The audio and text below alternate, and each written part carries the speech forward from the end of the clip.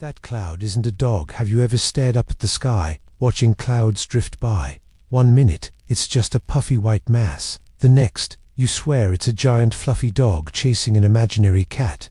Then, as you pointed out, it changes. The dog is gone, and now it looks like a grumpy face. Here's the thing, that cloud was never really a dog. It was just water vapor, shaped by wind. Our brains are wired to find patterns. We look for faces, animals, anything familiar in random shapes. This trick has a name, pareidolia. It's what makes us see a human face on the moon, or a monster in clothes at night. Think about it.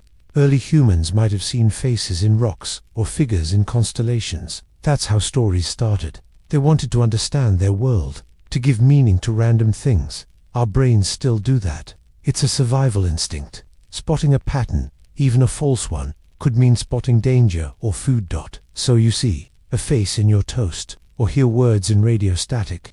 That's your brain trying to connect dots, even when none are real. It's like drawing a picture. You make a blob, then decide it looks like a small snail. You make sense of something random by giving it a name, and that's why it matters. Our minds are always working, trying to make sense of the world, even when it's just random. This urge to find meaning, to see a dog in a cloud, shows how powerfully our thoughts shape what we believe is real. It reminds us that sometimes what we see isn't what's there. It's a reflection of our desire to find meaning in stories. Even where none exist, there's something beautiful about that. Our imagination is always alive. It makes the world more interesting, more human.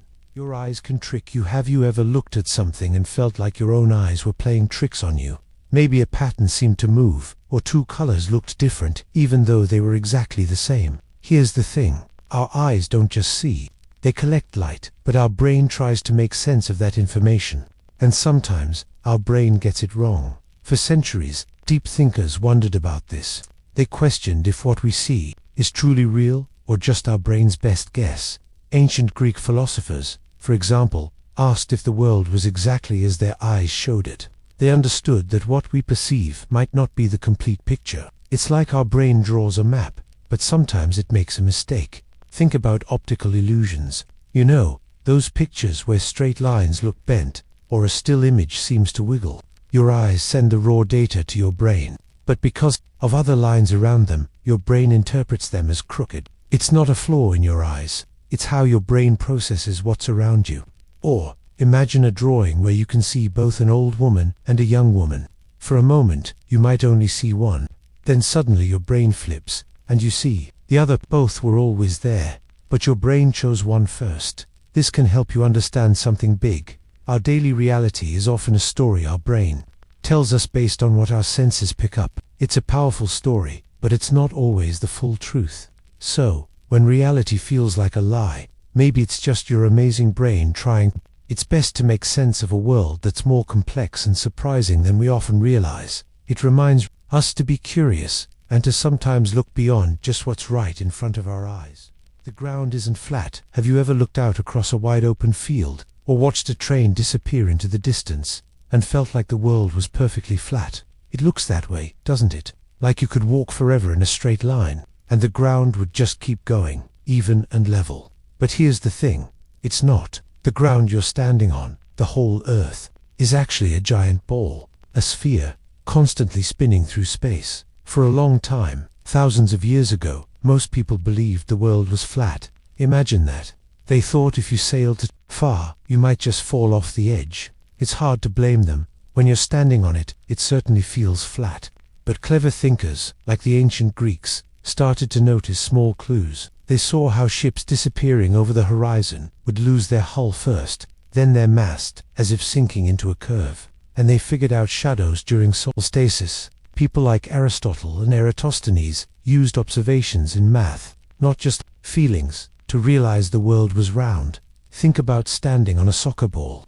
If you only look at the tiny bit right under your foot, it seems flat. But if you take a step back, or imagine someone watching you from above, you'd clearly see you're on a curved surface. Our everyday experience is like that tiny spot on the soccer ball. The part right around us feels flat, but the bigger picture is very different. This simple fact, that the ground isn't flat, makes you wonder, doesn't it? It reminds us that what seems obvious right in front of us might not be the whole truth. It teaches us to look beyond our immediate view, to question what we think we know. Sometimes, the most basic things about our world are the most surprising, and understanding them helps us see everything a little differently. It's a quiet whisper that reality is often much deeper and more interesting than it first appears. Why mirrors flip things? Have you ever looked into a mirror and wondered why it seems to swap your left and right sides, but not your top and bottom? It's a common experience, but here's the thing. Mirrors don't actually flip you left to right at all. What they do is much more interesting. They flip you front to back. Imagine you're facing a mirror. Light from your nose hits the mirror and bounces straight back to your eyes. Light from your left ear hits the mirror and bounces back. Every part of you is reflected straight back. So, your left ear is still on the left side of your reflection, and your right foot is still on the right. The flip happens because the mirror takes what's closest to it, your front, and makes it seem like it's further away, in a kind of reversed space. It's like the mirror has turned you inside out, but only in terms of depth. Your brain then interprets this front-to-back inversion as a left-right swap. If you raise your right hand, the hand you see raised in the mirror is the one on the reflection's left side, simply because that's where your right hand is located from. It's new. Flipped perspective. Ancient thinkers, like the Greeks, were fascinated by reflections. They saw them not just as images, but as windows into another dimension, or even a different version of reality. They knew reflections were strange, and they spent time pondering what they meant. It wasn't just about light. It was about how we see ourselves, and how reality can be twisted. Think about an ambulance. The word ambulance is often written backward on the front of the vehicle. Why? So, when you look in your rearview mirror, it flips the word front to back, and you see it correctly. This shows you exactly how mirrors work their magic, by inverting depth. So, the next time you see your reflection, remember, it's not just a simple flip. It's a subtle shift in perspective, a reminder that what seems obvious might have a deeper, more complex truth hiding underneath. Our world is full of these quiet mysteries, showing us that reality can feel like a trick, if only we look closely enough. The sound that wasn't there. Have you ever been sitting quietly, maybe reading or just looking out the window, and you suddenly hear something, a distant voice, a faint melody, or even your name being called? You pause, you listen harder, but then, nothing. The sound is gone. Was it ever even there? Here's the thing. Sometimes our brains play a little trick on us. Our ears collect vibrations from the world. Sure, but your brain doesn't just receive sound like a simple microphone.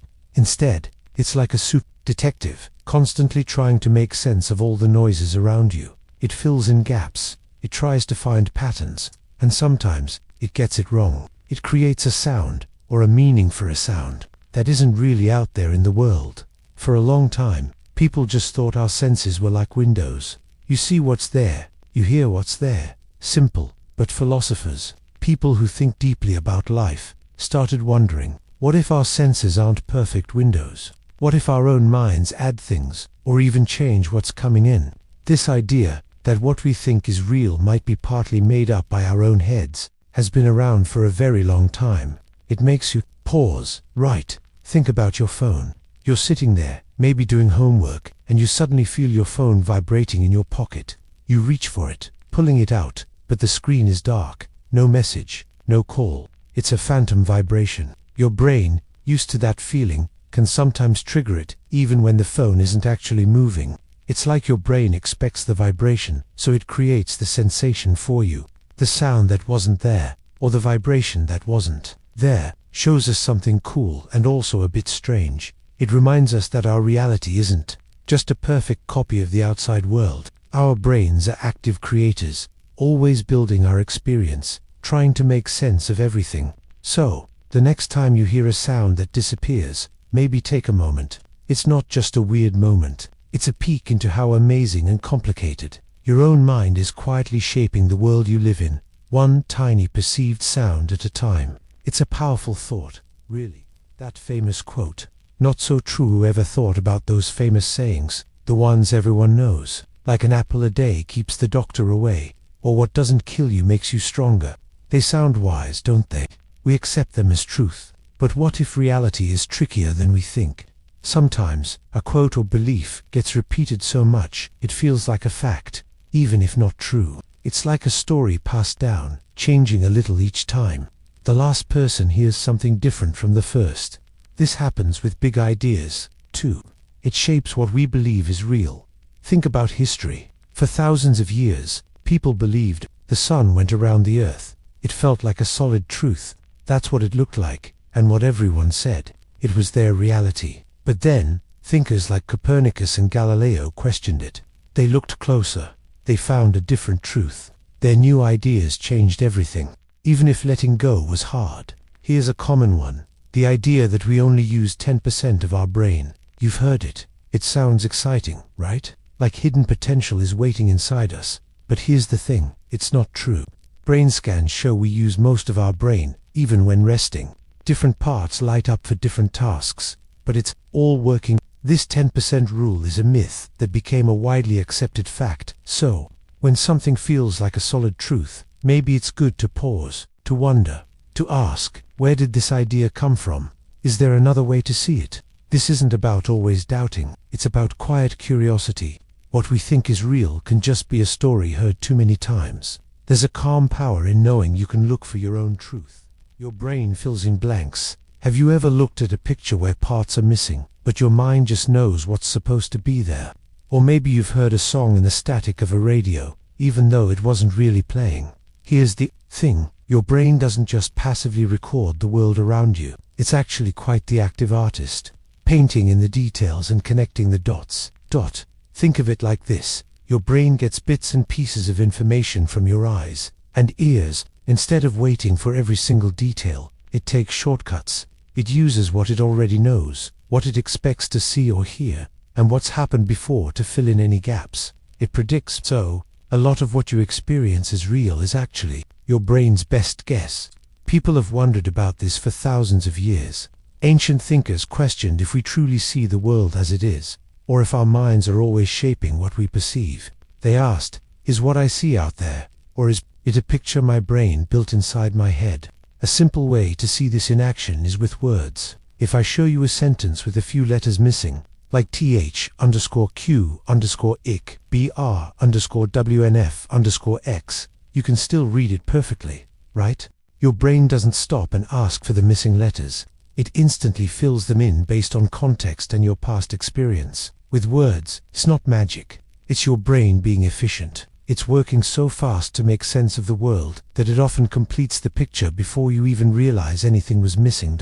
So, the reality you experience, the sounds you hear, the sights you see, much of it is a powerful, ongoing creation, happening within your own mind. It means your personal reality is unique, built by your own incredible brain as it tries to make sense of everything. It makes you wonder how much of the world is truly out there, and how much is a masterpiece, painted by the cells in your head. The moon isn't huge up close. Have you ever looked at the moon, hanging big and bright in the night sky? It can seem so huge, almost like you could reach out and touch it. It appears like a massive, glowing ball, closer than any star. But here's the thing, that feeling, that sense of its enormous size, is mostly an illusion created by how far away it actually is. The moon isn't actually that huge when you compare it to Earth, and it's certainly not close enough to touch. For a long time, people just saw the moon as a giant disk in the sky. They didn't have telescopes or spaceships, so they relied only on their eyes. And their eyes said, big, close, important. Ancient thinkers wondered about its size and distance, but without tools, it was hard to know. It took centuries of careful study to understand that our senses can trick us, especially with things far away. Think about a mountain range seen from many miles away. From that distance, the tallest peak might look like a small bump on the horizon. It seems tiny, but as you get closer, the mountain starts to grow, becoming truly immense. It didn't change size, your perspective did. The moon is kind of like that mountain, but in reverse. It looks big because of how our brains process its light against the vast dark sky, but it's much smaller than it feels, and very, very far away. This idea reminds us that what we see isn't always the whole truth. Our eyes are amazing, but they can be fooled by distance and light. It teaches us to be curious, to ask questions, and to look beyond just our first impression. Sometimes, The most amazing truths are found when we question what feels obvious and learn to understand the real scale of things, even if it means admitting our eyes played a little trick on us. It's a quiet wonder, realizing that something so familiar can hide a deeper, more accurate reality. That old story was made up. Have you ever felt that strange, quiet jolt when something you truly believed in turns out to be not true? Like a story you grew up with, a fact you learned, suddenly unravels into just a tale. For a long time, humanity has faced this feeling. We hold on to ideas, sometimes for centuries, thinking they are the solid ground we stand on. But here's the thing. Sometimes what seems like a fact is just a story that got told so many times, everyone started treating it like truth. Think about the past. People once firmly believed the sun revolved around the earth. It seemed obvious, right? Every morning, the sun came up and went down. It looked like we were the center of everything. This wasn't a lie someone told on purpose. It was the best explanation they had with the tools and knowledge available then. But careful observation and new thinking eventually showed that old story was made up, a mistaken idea, or consider a more common thought. For years, many people believed we only used 10% of our brains. It sounds kind of cool, like we have all this hidden power. You might have even heard it in movies or books, but scientists now tell us that's not really true. We use pretty much all our brain, just different parts for different tasks at different times. That 10% idea was a catchy story that got passed around, a kind of urban legend about our own minds, even though it wasn't based on facts, and that's why it matters. When an old story is made up, or simply isn't true, it's not always about someone trying to trick us. Sometimes, it just means our understanding has grown.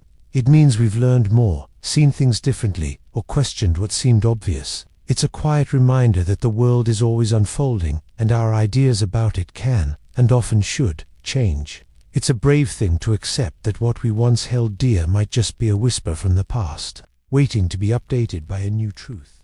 When dreams feel so real, have you ever woken up from a dream and felt totally confused? For a moment, you weren't sure if what happened was real, or just something you imagined. Maybe you talked to someone who isn't here anymore, or you soared above your town, and for a second, it felt completely true, truly present. Here's the thing. Our brains are amazing storytellers. When we sleep, our minds don't just turn off, they get super active, taking bits of memories, feelings, and even tiny observations. Then, they weave them into a whole new experience. Sometimes, these dream worlds feel just as solid and detailed as waking life. For thousands of years, people have wondered about dreams. Ancient cultures, like the Egyptians and Greeks, often saw dreams as special messages. They believed dreams could be warnings, future glimpses, or even visits from spirits. They didn't always separate dream reality from waking reality. They understood that dream feelings and events could feel very real, making them important parts of life. Think about dreaming you were at school, taking a test you hadn't studied for. Your heart might race, your palms sweat. When you woke up, it took a moment to realize you were safe in bed, and the test wasn't real. That intense feeling, that fear, was completely genuine in the dream. Your mind created a scenario that tricked your body into reacting. So, what does it mean when a dream feels so true? It shows us how powerful our minds are. Our brains can create entire worlds with sights, sounds, and intense emotions, all from nothing. This might make us pause and think, if our minds can build something so real while we're asleep, what else can they do? What truly separates what we experience from what is simply real? It's a quiet wonder how thin that line can be. The sky isn't really blue. The sky, we see it every day, a vast, calming blue. But what if that blue isn't truly there? The sky itself has no color. Here's how it works. Sunlight looks white, but it's actually made of all rainbow colors, blended together. When sunlight travels through our atmosphere, it bumps into tiny particles. Blue light waves are shorter and scatter more easily. Think of a small pebble bouncing off everything. That's blue light. Red or yellow light acts like a bigger ball, going straight. So, as blue light scatters everywhere, it reaches our eyes from every angle. That's why the sky looks blue. It's a trick of light. For a long time, people just accepted the sky was blue. They didn't have the science to explain why. It wasn't until scientists like Lord Rayleigh in the late 1800s started figuring out how light behaves when it hits tiny particles. He showed that shorter wavelengths, like blue and violet, scatter much more than longer ones, like red and yellow. It sounds complicated, but here's the thing. Think about smoke rising from a fire. If you look at it from one side, it might look bluish, but from another angle, or if it's thick, it might look white or reddish-brown. The smoke itself isn't colored. It's how the light bounces off the tiny smoke particles. So, the blue sky we gaze at isn't a fixed truth. It's an interaction, a dance between light and air.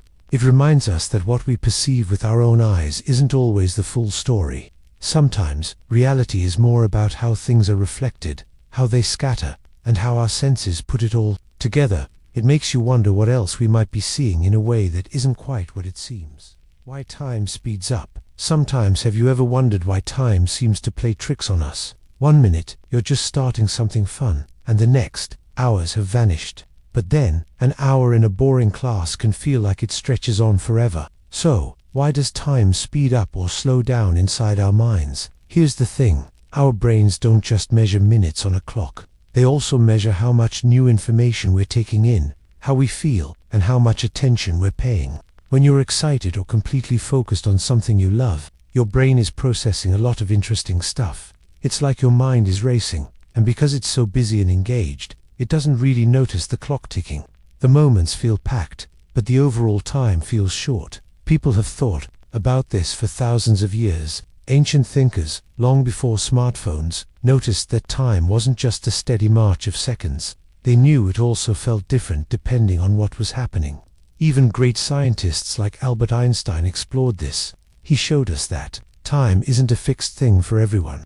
It can actually speed up or slow down, depending on things like how fast you're moving. That's a deep idea. That time isn't just a number, but something you can experience differently. Think about when you're hanging out with your best friends. An entire afternoon can fly by in what feels like minutes. That's because you're having fun, laughing, and not thinking about how much time is passing. You are fully present in the moment. But if you're waiting for something you dread, every second can feel like an eternity because you're focused on the waiting, not the living. So, when time seems to fly, it often means you are truly alive in those moments, really feeling and doing. And when it slows down, maybe it's a gentle reminder to find something that can hold your attention, something that makes the moments richer. Time isn't just about clocks, it's about how we fill our lives. That echo is just your own voice. Have you ever felt a deep truth land in your mind, so clear it seemed to come from somewhere else, like the universe whispered a secret directly to you? It's a strange feeling, but sometimes that profound whisper isn't from outside, it's just your own thoughts echoing back. Finally heard. Think about an echo in a big cave. You shout, and your own voice bounces off the walls. Coming back it might sound different, but it's still your voice. Many deep insights work the same way. They've often been simmering inside us, unnoticed. It's like our mind finally catches up to what our deeper self already knew. Ancient thinkers, like Socrates, talked about knowing yourself. They believed true wisdom wasn't always about learning new facts. Instead, it was about looking deep inside your own mind and finding truths already there. Listening to that inner voice, not waiting for someone else to tell you. Imagine trying to solve a tough math problem. You stare at it, stuck. Then, you walk away, maybe for a walk, and suddenly, the answer pops into your head. It feels like magic, right? But your brain likely kept working on it. That answer popping in wasn't a new idea given to you. It was your own mind sorting out what it already had. That moment of clarity was your own echo returning. This reminds us that we carry a lot of wisdom. Our brains are always working, connecting dots, even when we don't realize it. So, the next time a deep thought feels like it came from the stars, pause. Maybe it's not a divine message, but a powerful reminder from your own brilliant mind. There's quiet strength in knowing that some of the deepest truths we discover are simply our own voice. Finally heard. The Mandela effect is strange. Have you ever been completely sure about a memory, only to find out it was actually different?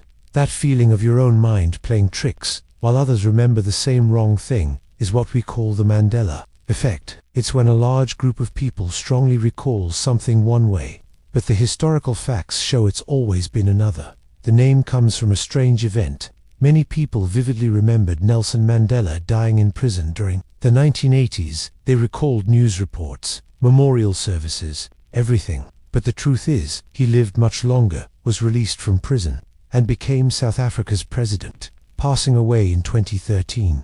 For those who distinctly remembered his earlier death, finding out the truth felt like reality itself had changed. This isn't about time travel or parallel universes, even though it feels that way. Instead, it shows us how our brains work and how easily memories can shift. Our minds aren't perfect video recorders. They're more like artists, recreating scenes, filling in blanks based on what makes sense. When many brains create the same picture, it becomes a shared, incorrect memory. Think about the children's books, the Berenstain Bears.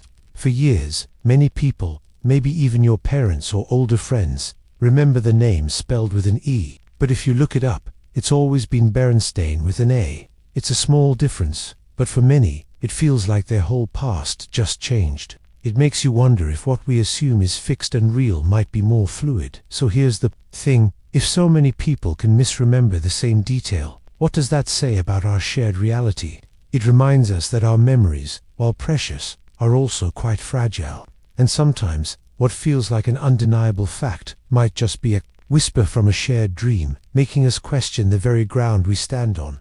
Asterisk. Water looks clear, but is it? You know how water looks so clear sometimes?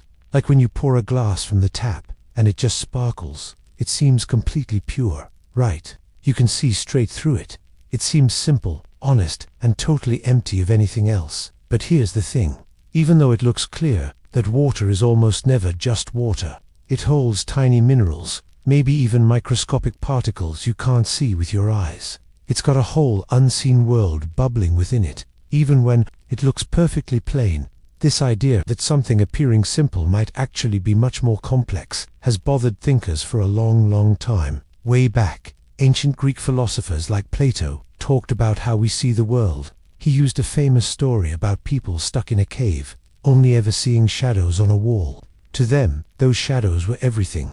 They were their whole reality. They believed the shadows were real objects, because that's all they had ever known. They never questioned what was casting the shadows, or what the real world outside the cave looked like. For them, the clear water was just those shadows. They didn't even know there was a murky water to worry about, because their clear was fake. Think about it like this.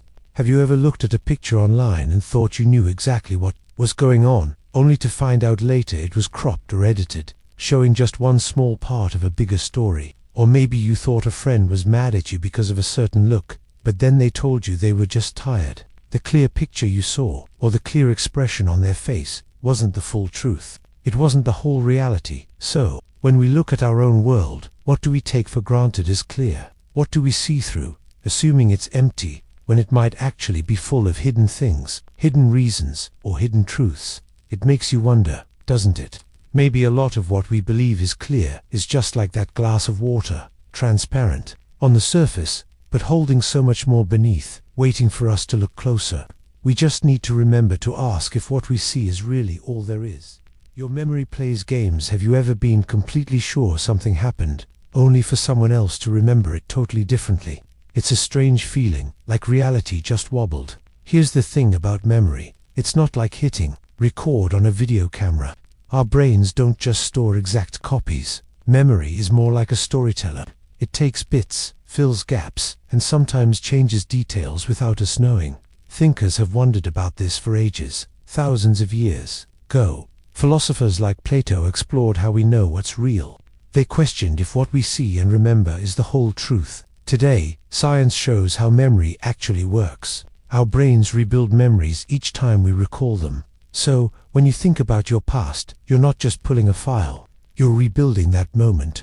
New information or your mood can subtly change the story. Imagine you and a friend went to a school carnival. You remember the big, blue Ferris wheel as the best part. Your friend insists the Ferris wheel was green, and the best part was a funny clown. Both of you are sure you're right. How? Maybe the wheel was blue, but your friend saw it in strange light, or their brain added that idea later. Our minds create false memories without us realizing it. They're not lies, they're just the brain doing its best. So, When our memories play these games, it makes us think. What does it mean for our personal history? It means the past isn't always fixed. It's a living thing, always shifting, being rewritten by our own minds, and that's okay. It just reminds us that what feels real in our head can be a unique version of the truth, beautiful and a little bit mysterious. Seeing stars without getting hit of. You ever rubbed your eyes too hard and suddenly saw flashes of light or tiny swirling colors? It's a strange feeling, isn't it, to see something that isn't there? Those aren't real stars, of course. Here's how it works. Your brain creates those lights. It's like a tiny personal light show happening right inside your head, not from outside light. This happens because pressure or other signals can trick your visual system into thinking it's seeing light, even when it isn't. For a long time, people just trusted their eyes. They thought seeing was simple. Light hits your eye, and boom, you see. But here's the thing. Your brain is always working, interpreting, sometimes even making up what you see. It doesn't just show you a camera feed of the world. It builds your reality from what your senses give it. Ancient thinkers wondered about this too. They asked, is what I see truly what's out there, or is my mind playing tricks? This idea that our inner world can make things appear real without an outside source has puzzled people for ages. Think about when you dream. In a dream you see places, people, whole worlds, but none of it is really there outside your head. Your brain makes it up. These stars you see when you press your eyes, that's your brain doing something similar, just on a smaller scale. So, what does this tell us? It shows us that what we call reality is a mix. It's what's out there, yes, but also how our own minds put it all together. Sometimes, our brains create parts of our reality, making us see things that aren't physically present.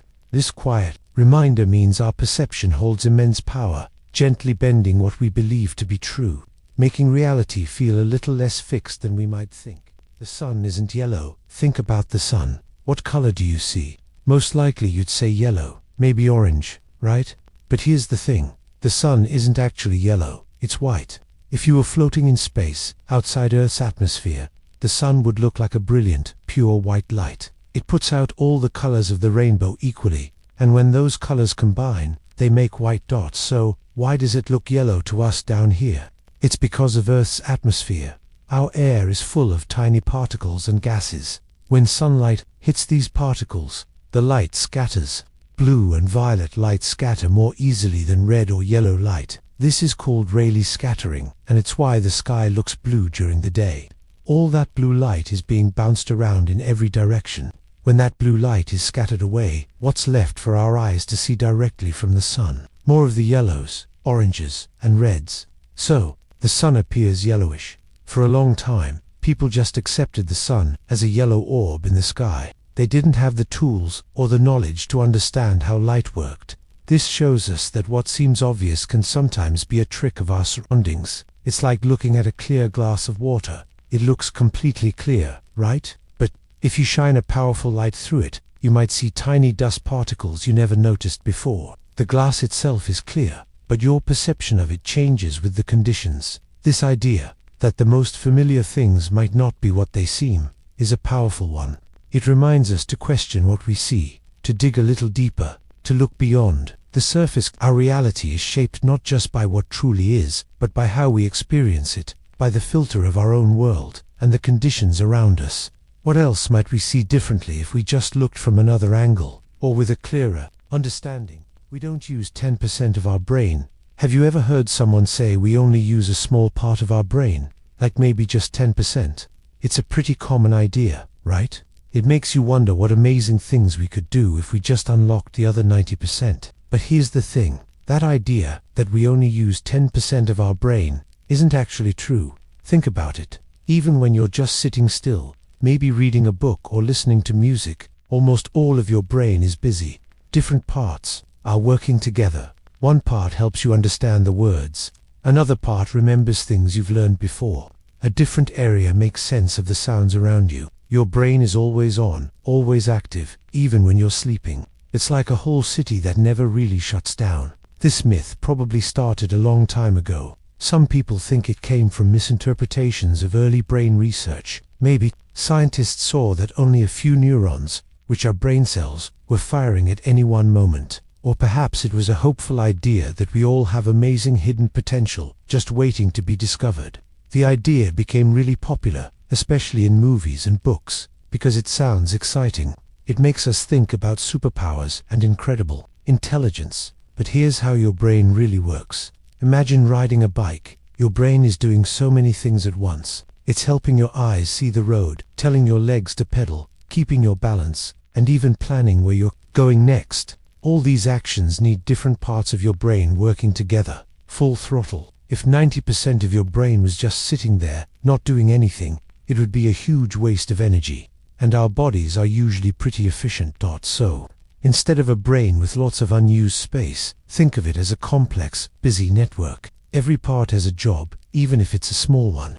It makes you think about how truly amazing and active our minds are, every single second of every day. It's not about finding a hidden part, but appreciating the incredible work the whole thing is already doing.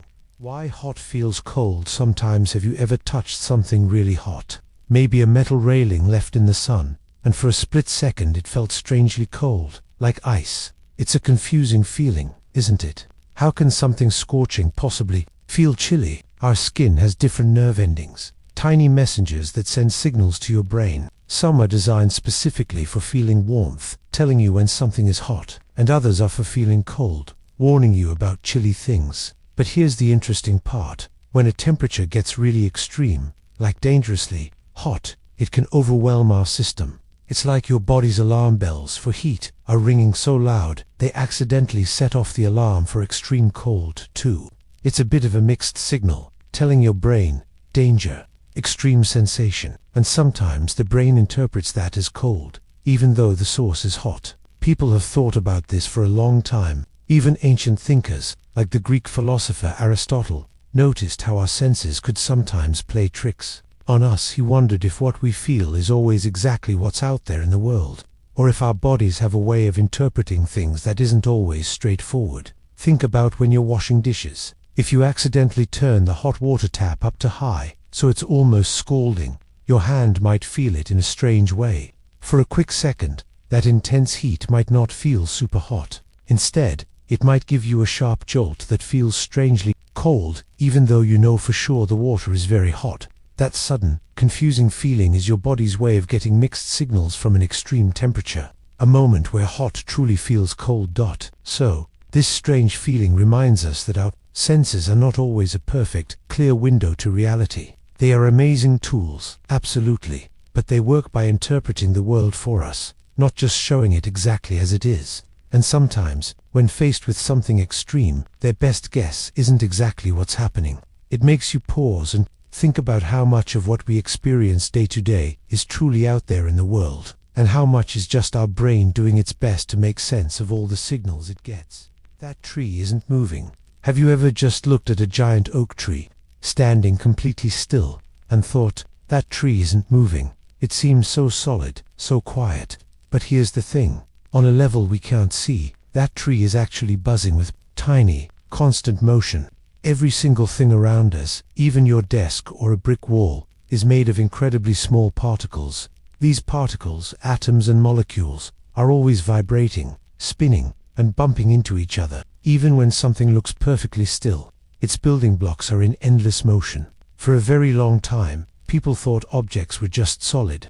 But thousands of years ago, a thinker named Democritus wondered if everything was made of super tiny, uncuttable pieces he called atoms. It was a wild idea back then, but modern science later showed he was right. All matter, from a water drop to a mountain, is a collection of these ever-moving, unseen particles. Think about a still photograph. It looks perfectly motionless, but imagine a special camera could zoom in. You'd see tiny movements, a beating heart, cells working, even air shifting around someone. Our eyes only see the big picture, the still surface.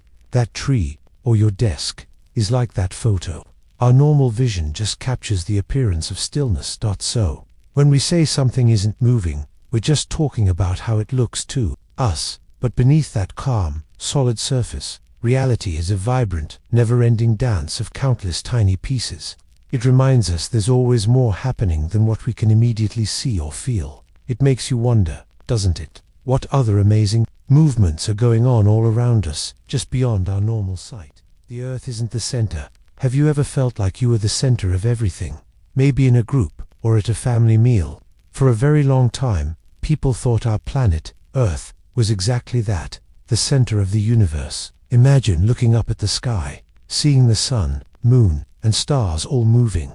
It felt like everything revolved around us. For thousands of years, thinkers believed this idea. It was called the geocentric model. The Greek thinker Ptolemy wrote about it. It made sense, just looking up from Earth. But here's the thing about reality. Sometimes, what feels obvious isn't true. Then came people like Nicolaus Copernicus and later Galileo Galilei. They looked at the same sky, but with new ways of thinking and with telescopes.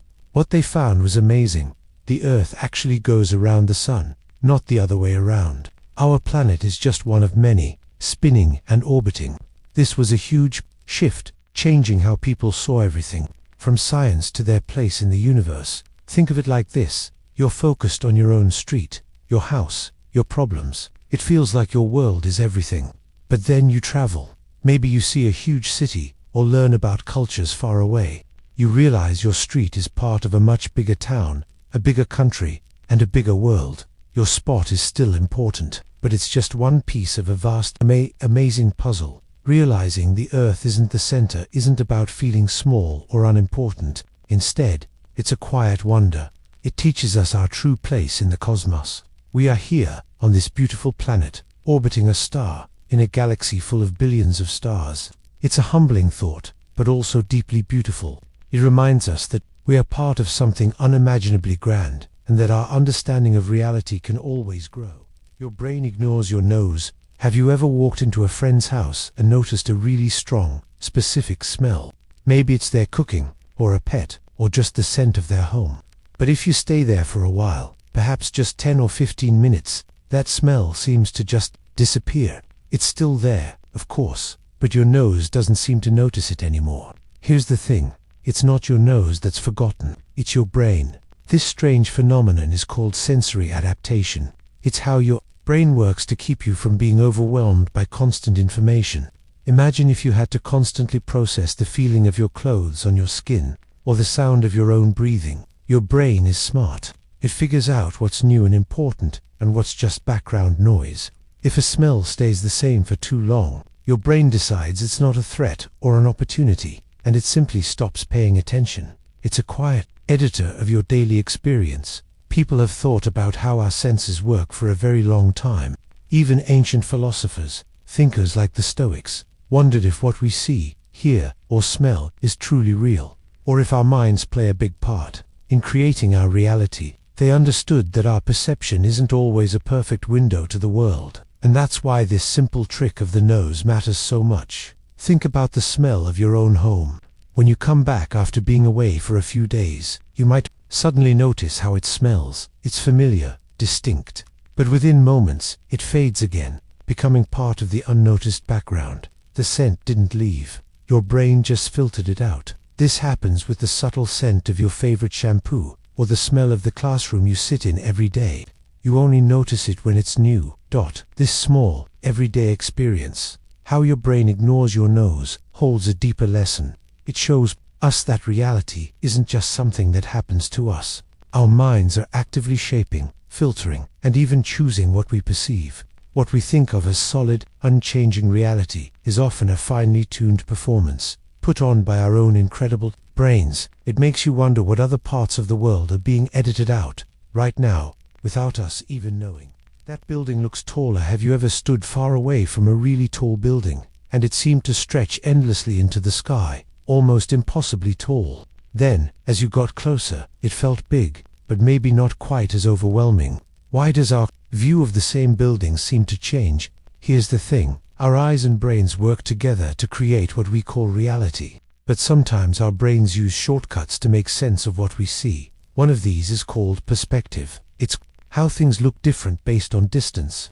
Parallel lines, like the edges of a long road, appear to come together far away. This is why a road looks narrower in the distance, even though it stays the same width. People have known about this for a long time. Ancient Greek artists noticed how things looked smaller when farther away.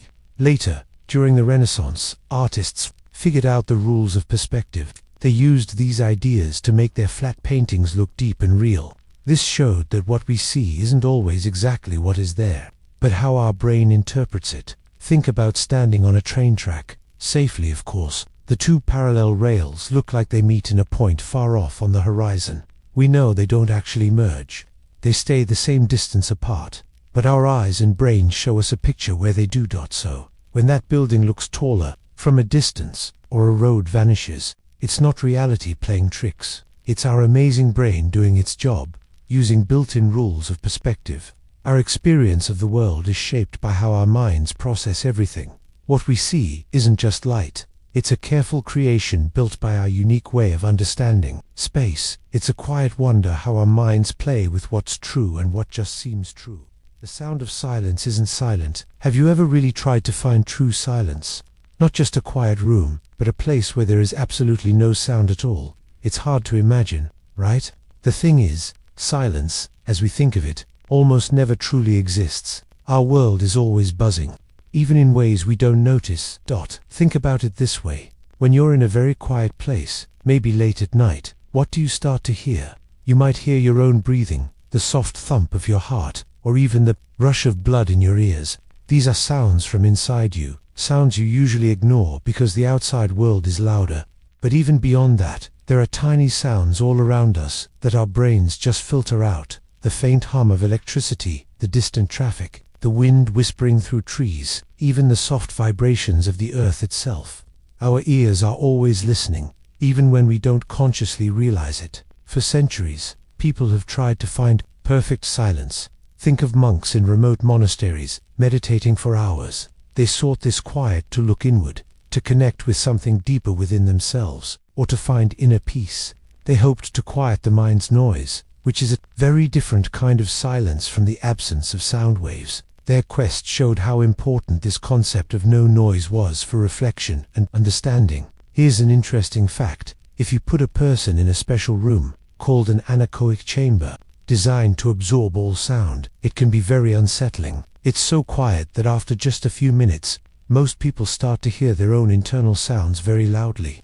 They become aware of their own stomach gurgling, their joints creaking, or even begin to hear a soft ringing in their ears that wasn't noticeable before. It's like their brain, used to constant sound input, starts to amplify or even create its own noise when there's nothing coming from the outside. So, here's what I found. True silence might be more about our perception and what our brains focus on, rather than an actual absence of sound. Our bodies, our minds, and the very fabric of our world are always making some kind of sound, however faint. Maybe silence isn't truly empty. Instead, it's a quiet space where we can finally hear the subtle hum of life, both inside and around us, and perhaps the quiet whispers of our own deepest thoughts. It makes you wonder how much of what we experience as reality is really just our brain's interpretation, making what we think is quiet feel like a lie. When everything feels like déjà vu, have you ever walked into a new place, or heard a new song, and felt a strange, deep certainty that you'd experienced it all before? Not just similar, but exactly this way. That powerful, fleeting sensation is called déjà vu, a French phrase meaning already seen. It's that odd moment when the present feels like a memory from the past. For centuries, people have been fascinated by this feeling. Some wondered if it was a hint of a past life, or perhaps a dream playing out in real time. Maybe it was a fleeting glimpse into the future that was actually a memory. But here's what scientists think today. It's most likely a trick of our brain. Imagine your brain is like a super-fast computer, constantly taking in information. Sometimes, a tiny glitch happens. Information comes into your brain, and it gets processed. But the part that says this is new accidentally tags it as this is old. Think of it like this. You open a new book, but for a split second, your brain mistakenly thinks you've read this exact page before. It's like two different parts of your brain are processing the same moment, but one part gets the information just a millisecond before the other. So, when the second part catches up, it feels like it's remembering something, even though it's experiencing it for the very first time. This common, unsettling feeling reminds us how tricky our perceptions can be. It makes us question the solid ground of our own minds, even for a moment. It shows us that what feels real and solid can sometimes be a fleeting trick of light, or in this case, a trick of the brain. It's a quiet whisper that even our memories, the things we count on most, can sometimes play little games with us, making us wonder about the true nature of what's real. The color you see isn't its true color. Have you ever really thought about color? Like when you look at a bright red apple, it seems so clearly red. But here's the thing, is that apple actually red, or is something else happening? The colors we see aren't truly in the objects themselves. Think of it this way, color is about light. What we call white light, like sunlight, is a mix of all rainbow colors. When light hits something, like that red apple, the apple absorbs most light waves, but it reflects the red ones back. Our eyes catch those reflected red waves, and our brain turns that signal into the color red. So, the apple isn't red by itself, it's just reflecting red. This idea isn't new. Centuries ago, people wondered about perception. Isaac Newton showed us how white light splits into colors using a prism. He proved light wasn't just plain white, it was a blend. This made people think about how our eyes and brains build the world we see. Philosophers asked, if our senses interpret everything, how can we know what's truly real? Consider a blue shirt. On a sunny day, it looks bright blue. But take that same shirt into a dim room with a warm, yellowish light. Does it still look the exact same shade of blue? Probably not. The light changes, and because the color we see depends on what light is reflected, our perception of the shirt's color changes to dot. So, the colors around us aren't some fixed truth. They are like a conversation between light objects and our amazing brains. It reminds us that what we take for granted as reality can sometimes be personal, shaped by our senses. It makes you quietly wonder what other parts of the world might be different from what we assume. And that thought can make reality feel like a beautiful, ever-changing illusion. That shadow isn't a monster. Have you ever been in your room at night, and a pile of clothes on a chair suddenly looks like a strange shape, maybe even a monster? For a split second, your heart might race. Then you blink, and it's just a coat. But what if the coat in our lives, the things we think are absolutely true, are just shadows of something bigger, something we haven't fully seen yet? This idea that what we see might not be the full picture is really old. Thousands of years ago, a wise thinker named Plato talked about it. He imagined people living deep inside a cave, chained so they could only ever see shadows cast on a wall in front of them. These shadows were from real objects passing behind them, but the people in the cave only knew the shadows. They believed these moving shapes were completely real. They never knew there was a whole vibrant world outside, with actual objects and bright sunshine. It's like their whole reality was just a blurry projection, a trick of the light. Here's the thing, our brains work a bit like that cave. We don't always see everything exactly as it is, especially when we're feeling unsure or scared. Our minds try to make sense of the world, sometimes filling in missing details with what we expect or what we fear. Think about when you walk past someone you don't know and they give you a quick, intense look. For a moment, you might think they're angry or judging you, but maybe they were just squinting at the sun or lost in thought. Your brain created a story based on a quick glance, a tiny shadow of information. This isn't about fooling ourselves. It's about remembering that our first glance, our first strong feeling, isn't always the whole story. What feels like a big, scary shadow in your mind, maybe a new challenge at school, or a tough conversation you need to have, might just be like that coat on the chair. When you take a breath, look closer, and step into the light, you often find something much simpler, something you can understand and handle. It reminds us to be curious, to ask questions, and to always look beyond the first impression, because true understanding often waits just beyond the shadows, ready to reveal itself. Why things look different underwater. Have you ever wondered why everything looks warped, bigger, or closer when you open your eyes underwater? It's like the world shifts, right? This happens because of something called refraction. Here's the thing, light travels in waves. When light moves from one material, like air, into another, like water, it changes speed. Think of it like a car driving from a smooth road onto a sandy beach. It slows down and veers off course a little. Water is much denser than air, so it acts like a giant, wavy lens. It bends the light rays before they even reach your eyes. This bending makes objects seem like they are in a different place than they actually are. it also makes them appear larger or closer than they truly are. You've probably seen this effect without even realizing it. Imagine putting a spoon in a glass of water. The part of the spoon underwater looks broken or disconnected from the part above. That's refraction at work, creating a visual trick. For centuries, people have been fascinated by this. Ancient Greek thinkers, like Ptolemy, even wrote about how light bends. They tried to figure out the math behind it, understanding that our eyes don't always show us the whole, exact truth. It made them wonder if what we see can change just by looking through water. How much of what we think we know is just how it appears to us? So, underwater, the world isn't lying to you. Exactly. It's just showing you a different version of itself. It's a quiet reminder that our view of reality is always shaped by the circumstances we're in, by the very medium we use to see and understand. Sometimes, to truly know something, you have to look beyond what immediately appears before you. The thing you believed was a myth. Have you ever felt like something was just a story, too wild to be true, a legend that couldn't possibly be real? Sometimes, what we think is just a tale, a fantasy, turns out to be true. This happens often. It's about when a myth you thought impossible suddenly becomes real, and it changes what you knew. For a long time, many believed the Earth was flat. It made sense if you just looked around. The idea of a round Earth seemed like a myth. But then, explorers sailed, and thinkers studied the stars. They found proof, showing the old story was wrong.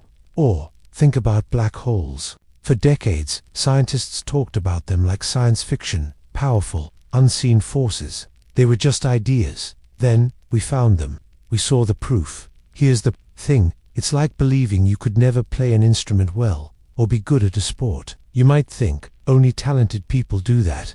It's a mythical gift, but then you try, you practice, you learn, and you discover you can. That myth about talent becomes your real ability. Or, imagine someone told you about a secret room in your school library. You'd probably laugh. That's just a rumor.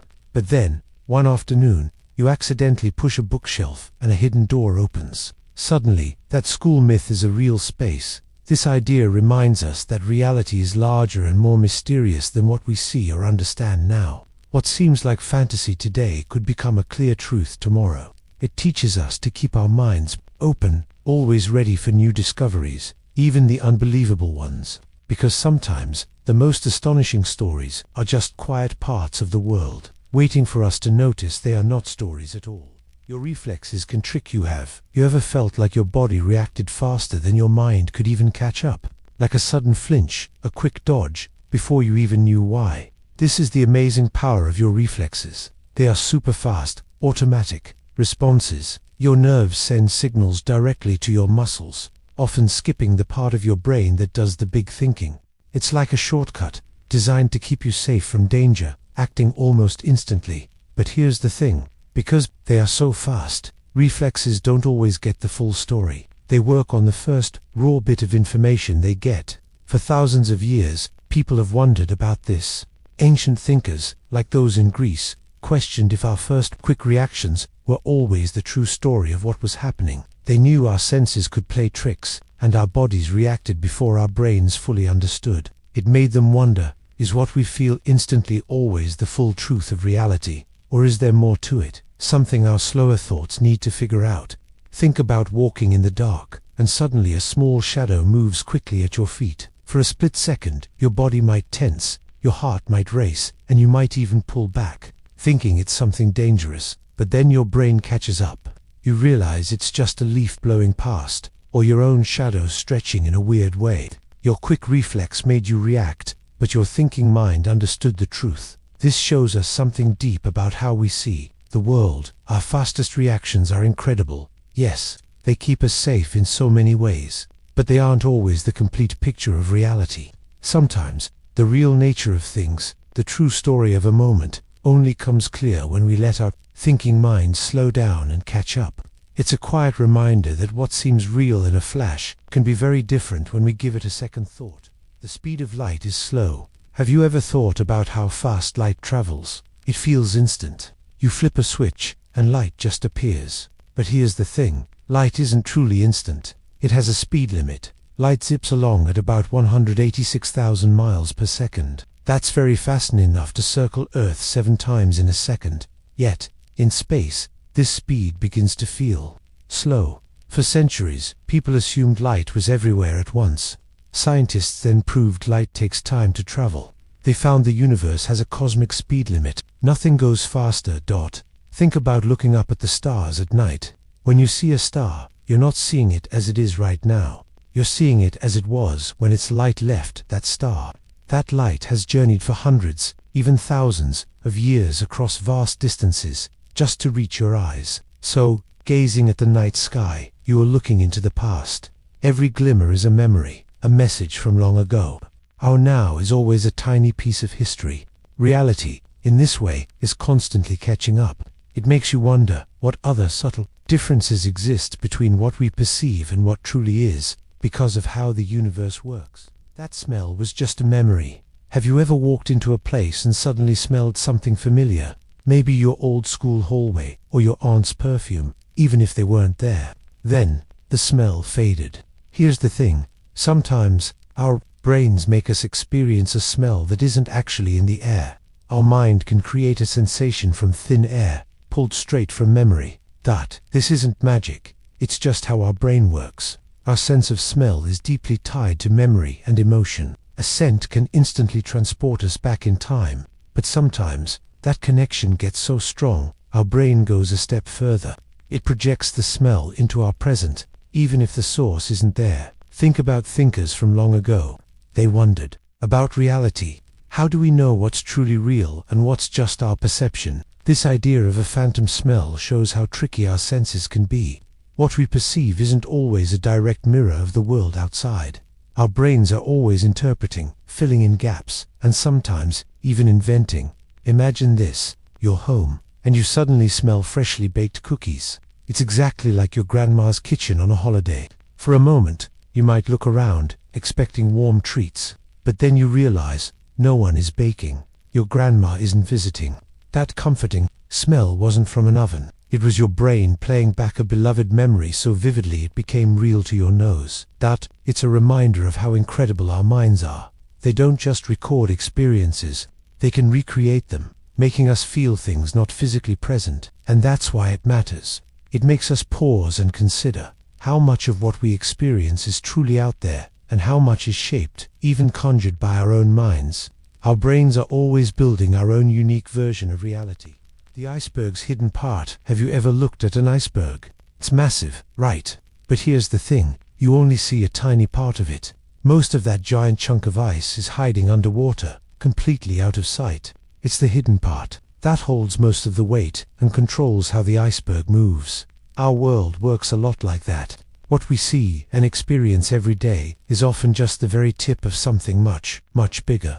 Much of what's truly real, much of what drives things, stays hidden below the surface, like the rest of the iceberg. This idea isn't new. Long ago, thinkers like the ancient Greek philosopher Plato wondered if what we saw was truly real, or if it was just shadows on a cave wall. He was basically saying, hey, what if there's more to it? And even today, scientists and people who study the mind know there's so much going on that we don't even notice. Think about your own feelings. When you feel a strong emotion, like being super happy or really frustrated, you might know what you feel, but do you always know why? Often, the real reasons are like hidden currents in the ocean. Maybe it's something someone said earlier, that day that you didn't fully process, or a worry you're holding on to without realizing it. The surface feeling is the tip, but the hidden thoughts and memories are the unseen part of the iceberg. This isn't to say reality is fake, not at all. It's about understanding there's always more to it than meets the eye. So much happens beneath the surface, shaping everything we experience. It asks us to be curious, to look deeper, to wonder about the hidden stories, the unseen forces, in others and in ourselves. And maybe, just maybe, when we realize how much is hidden, we can be a little kinder, a little more understanding of the complex, deep world we live in, and the complex, deep people we are. Why things get smaller far away. Have you ever looked at a soaring airplane high in the sky and wondered why something so massive looks like a tiny toy? Or seen a towering skyscraper from miles away and thought it seemed no bigger than your thumb? Here's the thing, Objects don't actually shrink. Our minds just interpret them differently when they're far away. It all comes down to how light travels and how our eyes work. Imagine light rays coming off an object, like a ball. When that ball is close to you, a lot of those light rays hit your eye, filling up a big part of your vision. Your brain sees all those rays and thinks, this ball is big and close. But as the ball rolls farther away, those same light rays spread out. Fewer of them actually reach your eye. It's like you're only catching a small piece of the full picture. Your brain is smart, though. It knows that when fewer light rays hit your eye, it means the object is probably a long distance away. So, it interprets that distance as smaller. People have been noticing this forever.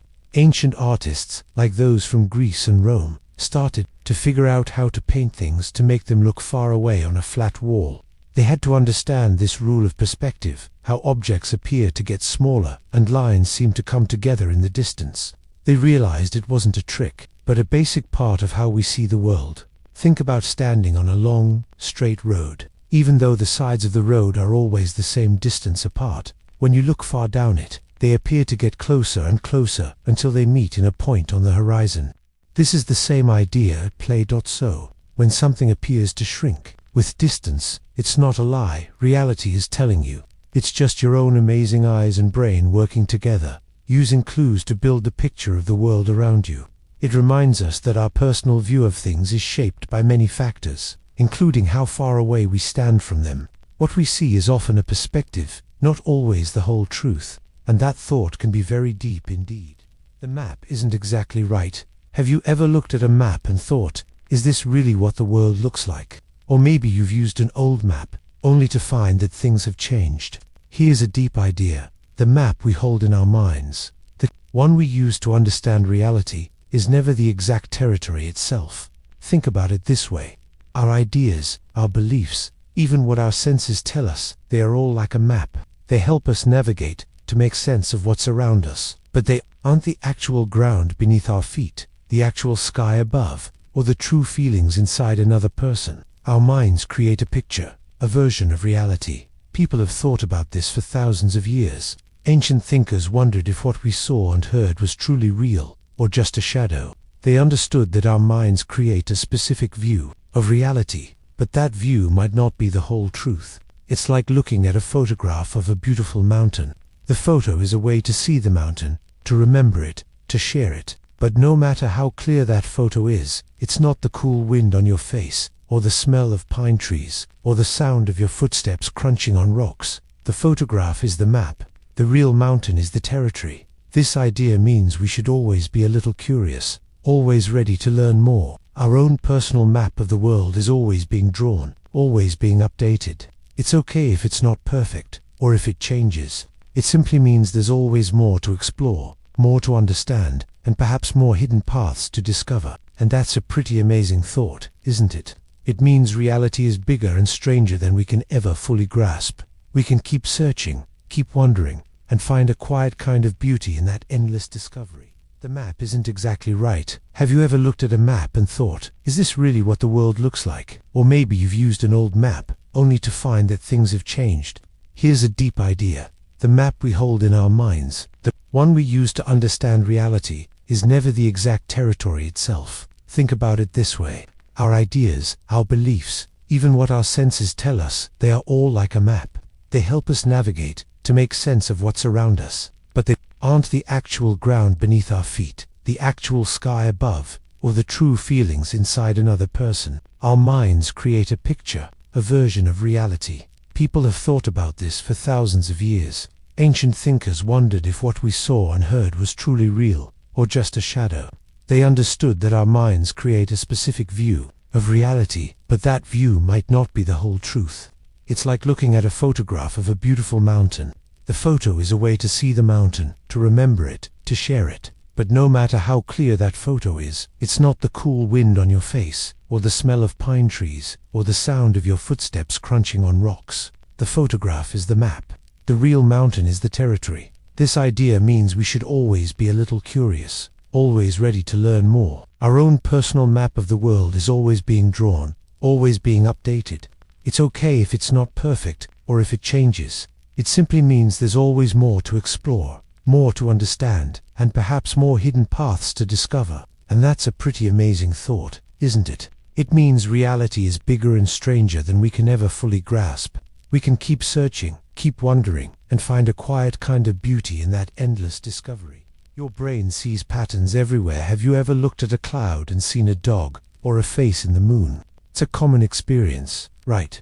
Our brains are just built to do this, to find order in what might be random shapes. Here's the thing, your brain is a super detective. It's constantly looking for patterns, connections, and meaning in everything you see, hear, and feel. This ability helped our ancestors survive. If they saw a pattern of rustling leaves, it might mean a predator was near. If they noticed a pattern in the seasons, they knew when to plant.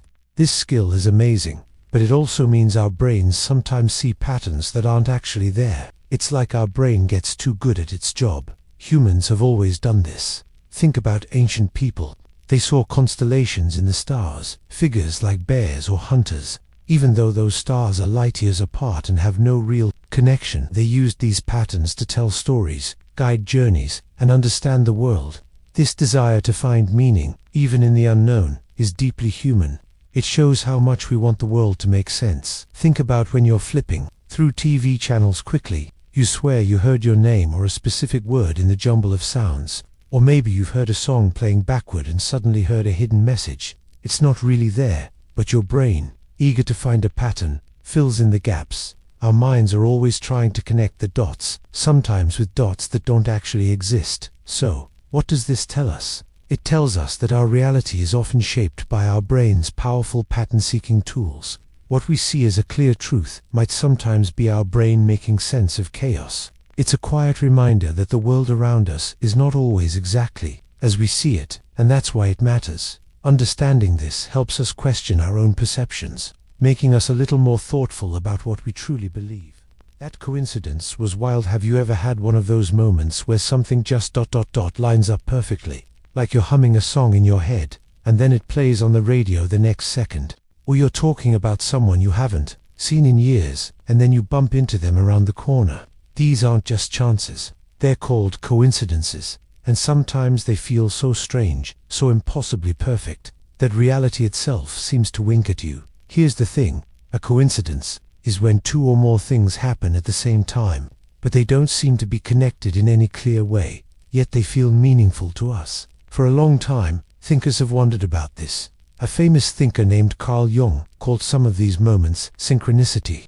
He believed they weren't just random luck, but that there might be a deeper, hidden connection between events and our thoughts. It's like the universe is showing us patterns we didn't expect. Think about this. You're trying to figure out a tough math problem. You're stuck. You take a break, walk outside, and suddenly you see two birds flying in a perfect, mirrored dance. They fly apart, then come back together.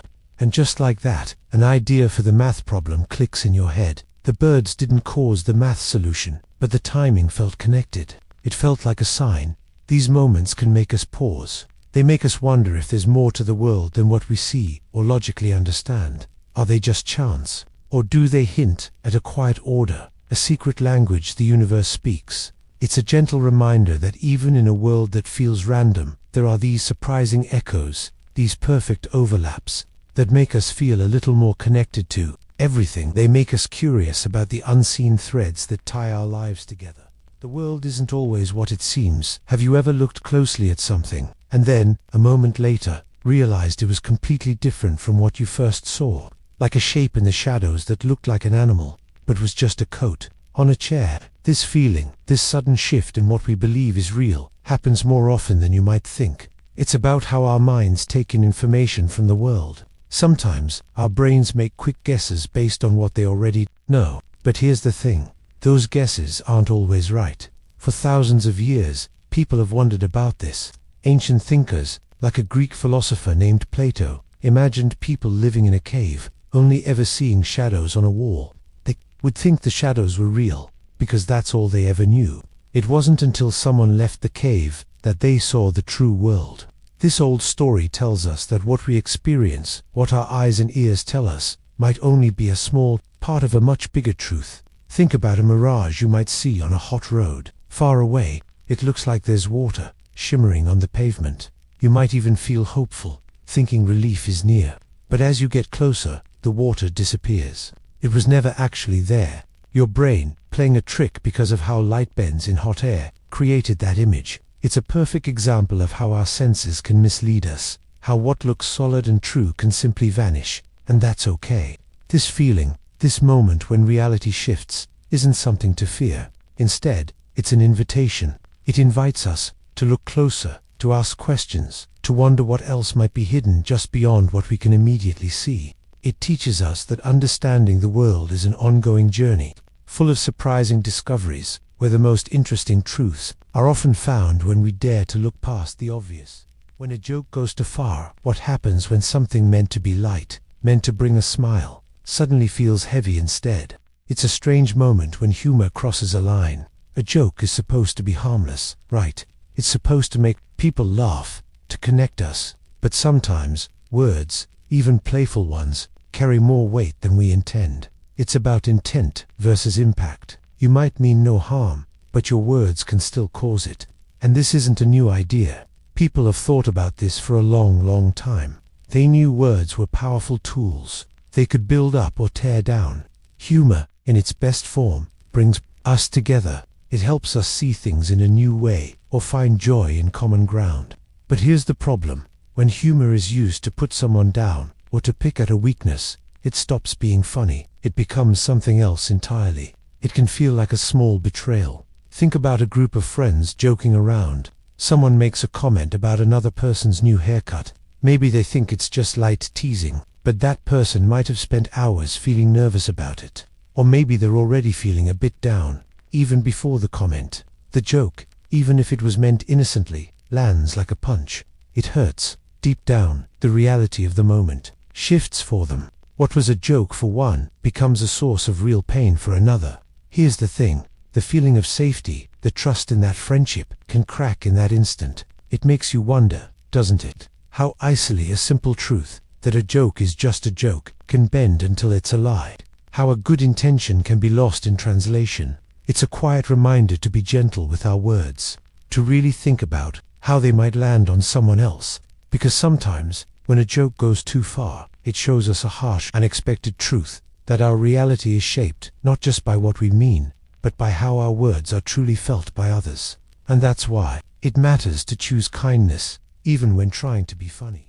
When a joke goes too far, what happens when something meant to be light, meant to bring a smile, suddenly feels heavy instead? It's a strange moment when humor crosses a line.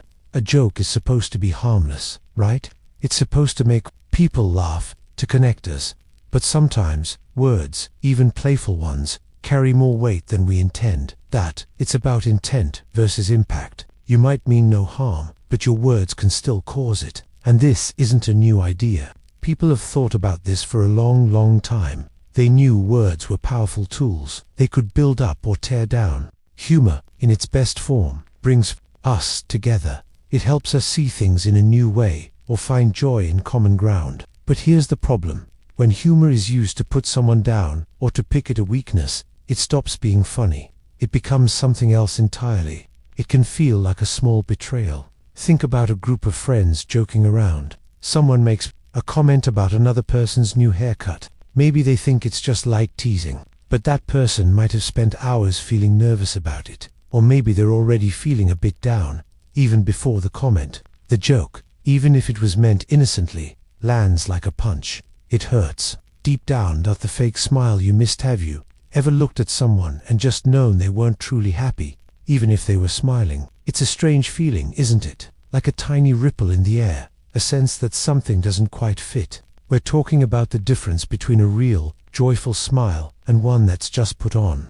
A true smile, the kind that shows real happiness, reaches all the way to a person's eyes. It crinkles them at the corners, making them sparkle. But a smile that isn't real, it often only involves the mouth. The eyes stay still, almost empty, and that's why it matters. Our minds are amazing at picking up these small clues, even when we don't consciously realize it. For hundreds of years, people have wondered about this. Thinkers long ago, like those in ancient Greece, often talked about what we show the world compared to what's really happening inside us. They asked, is what we present truly who we are? Or is it sometimes just a mask? They thought that learning to see past the surface was important. It wasn't about being suspicious of everyone. It was about understanding that feelings are complex. Sometimes people hide their true emotions to protect themselves or others. Think about when a friend says they're fine after a tough test, but their voice is quiet, or they avoid eye contact. Their words say one thing, but their body language, especially their eyes, might say another. Or maybe you've seen it in movies, where a character is trying to act brave, but their trembling hands give away their fear. These tiny signals are like whispers, telling us a deeper story than the loud words spoken. So, the next time you see a smile, pause for a moment. Is it a full, bright smile that reaches the eyes, or just a curve of the lips? It's not about judging, but about noticing. It reminds us that reality isn't always obvious. Sometimes, the truth of a situation, or a person's feelings, is hidden just beneath the surface, waiting for us to truly see beyond what's presented. It's a quiet understanding that the world holds more depth than we often realize. That trick of light. Have you ever looked at something and felt like your eyes were playing a trick on you? Maybe you saw a shimmer on a hot road that looked like water, but wasn't. Or maybe a drawing on paper seemed to move. Here's the thing. Sometimes what we see isn't exactly what's there. It's a trick of light. Light travels from things to our eyes. Our brain takes those light signals and builds the picture we see. But light can bend, bounce, and scatter in strange ways, and our brains are always trying to make sense of the world, filling in gaps, making guesses. When light does something unexpected, or when our brain makes a quick guess, reality can feel a little bit off. It's like our own built-in magic show. Ancient thinkers, like those in old Greece, used to talk about how we see the world. They wondered if what we truly see is real, or just a shadow or an idea of the real thing. They knew that our senses, especially our sight, could sometimes mislead us. This thought has kept people wondering for thousands of years. Think about a simple spoon in a glass of water. It looks bent, right? But you know it's not actually bent. This happens because light moves at different speeds through water and air, making the light rays change direction. Our brain, expecting light to travel in a straight line, then interprets the spoon as bent. It's not a lie, but it's not the spoon's true shape either. So, the next time something looks different than you expected, pause and wonder. It makes you think about how much of our reality is just a story our brain tells us, based on what the light shows it. And that's why it matters. It makes us curious about how we truly experience the world. Why your hand looks big up close. Have you ever held your hand really close to your face? It looks huge, right? Way bigger than you know it actually is. It almost feels like a trick, like reality is bending just for your hand. But here's the thing. Your hand isn't actually growing. It's a powerful lesson in how our eyes and brain work together to understand the world. Your brain uses distance to figure out size. Our eyes are like sophisticated cameras. When something is very close, like your hand inches from your nose, it takes up a huge amount of space on the screen inside your eye. This screen is called the retina. Your brain gets a really big signal from your hand. It interprets that big signal, that filling of your vision, as something very, very close. Because it's so close, it appears much larger than it truly is. This basic idea, called perspective, is not new. Humans have thought about it for thousands of years. Ancient Greek thinkers and later, artists during the Renaissance, like Leonardo da Vinci, studied how we see. They mastered using perspective to make flat paintings look incredibly real, showing how things closer appear bigger. It's a fundamental rule of how light and our vision work. So, here's an example. Imagine a giant old oak tree in your neighborhood. When you're right next to its trunk, it feels immense. But if you walk a few blocks away and look back, that same majestic tree looks much smaller. It hasn't shrunk. Your distance from it has simply changed how much of your vision it fills. And that's exactly what happens with your hand. So, when your hand looks massive right in front of your face, it's more than just an optical illusion. It's a quiet reminder. It reminds us that what we experience, what we think is real, is often shaped by our point of view. Our perception can change with distance, with light, even with our mood. It's a gentle nudge to question what we see and feel. What seems absolutely true up close might look very different from a distance, or from someone else's point of view. It makes you wonder how many other truths we hold are just based on our current, limited perspective. And that's something worth thinking about, isn't it? The sound that came from nowhere. Have you ever heard a sound so strange, so out of place, that for a moment you questioned if it was even real? It's like a small glitch in the background noise of life. Imagine a sudden, unexplained hum that vibrates through the floor, or a distant, unidentifiable groan that seems to come from nowhere specific. These are the moments when our minds, which rely on order, stumble. Our ears tell us something is there, but our brains can't find a source. So, for a split second, reality itself feels a bit shaky. It's not just about a sound, it's about the feeling of uncertainty that creeps in when our senses mislead us or present something entirely new. People throughout history have felt this. Think about ancient sailors hearing strange calls from the deep ocean, or explorers in vast silent lands, hearing unexplained echoes. They often linked these sounds to spirits or hidden creatures. This shows how our brains try to make sense of the unknown, even if that means inventing a supernatural reason.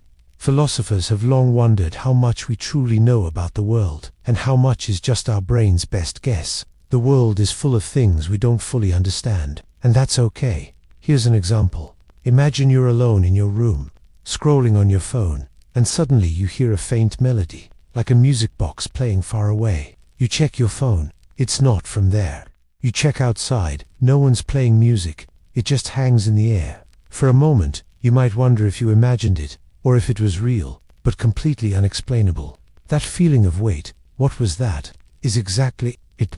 It's a tiny reminder that our senses aren't perfect, and the world holds secrets. These moments, when reality gives us a little jolt, aren't meant to scare us. Instead, they can remind us that the world is much bigger and stranger than we often realize. It's a quiet invitation to be curious, to wonder about the hidden layers of our world, and it helps us understand that sometimes the most profound experiences come from the things we can't explain.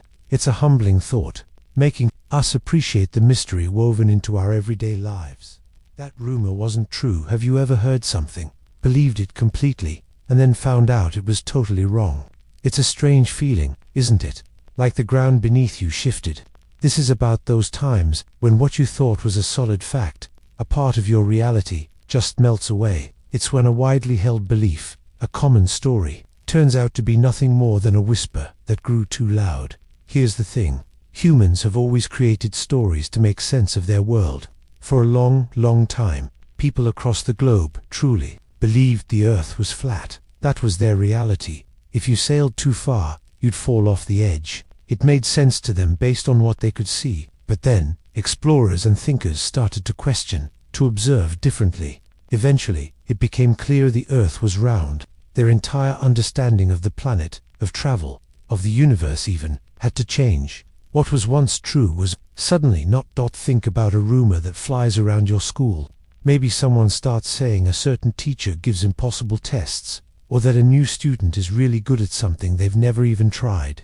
The story spreads. People talk about it like it's a fact. You might even start to believe it yourself. You might even avoid that teacher or treat the new student differently based on this truth. But then, maybe you take that teacher's class and the tests are fair. Or you talk to the new student and they laugh at the idea that they're a gymnastics pro, and suddenly, that whole picture you had in your head, built on a rumor, just falls apart. The reality you'd constructed around that idea vanishes. It's a quiet moment, realizing that a belief, one that shaped how you saw something or someone, was never real.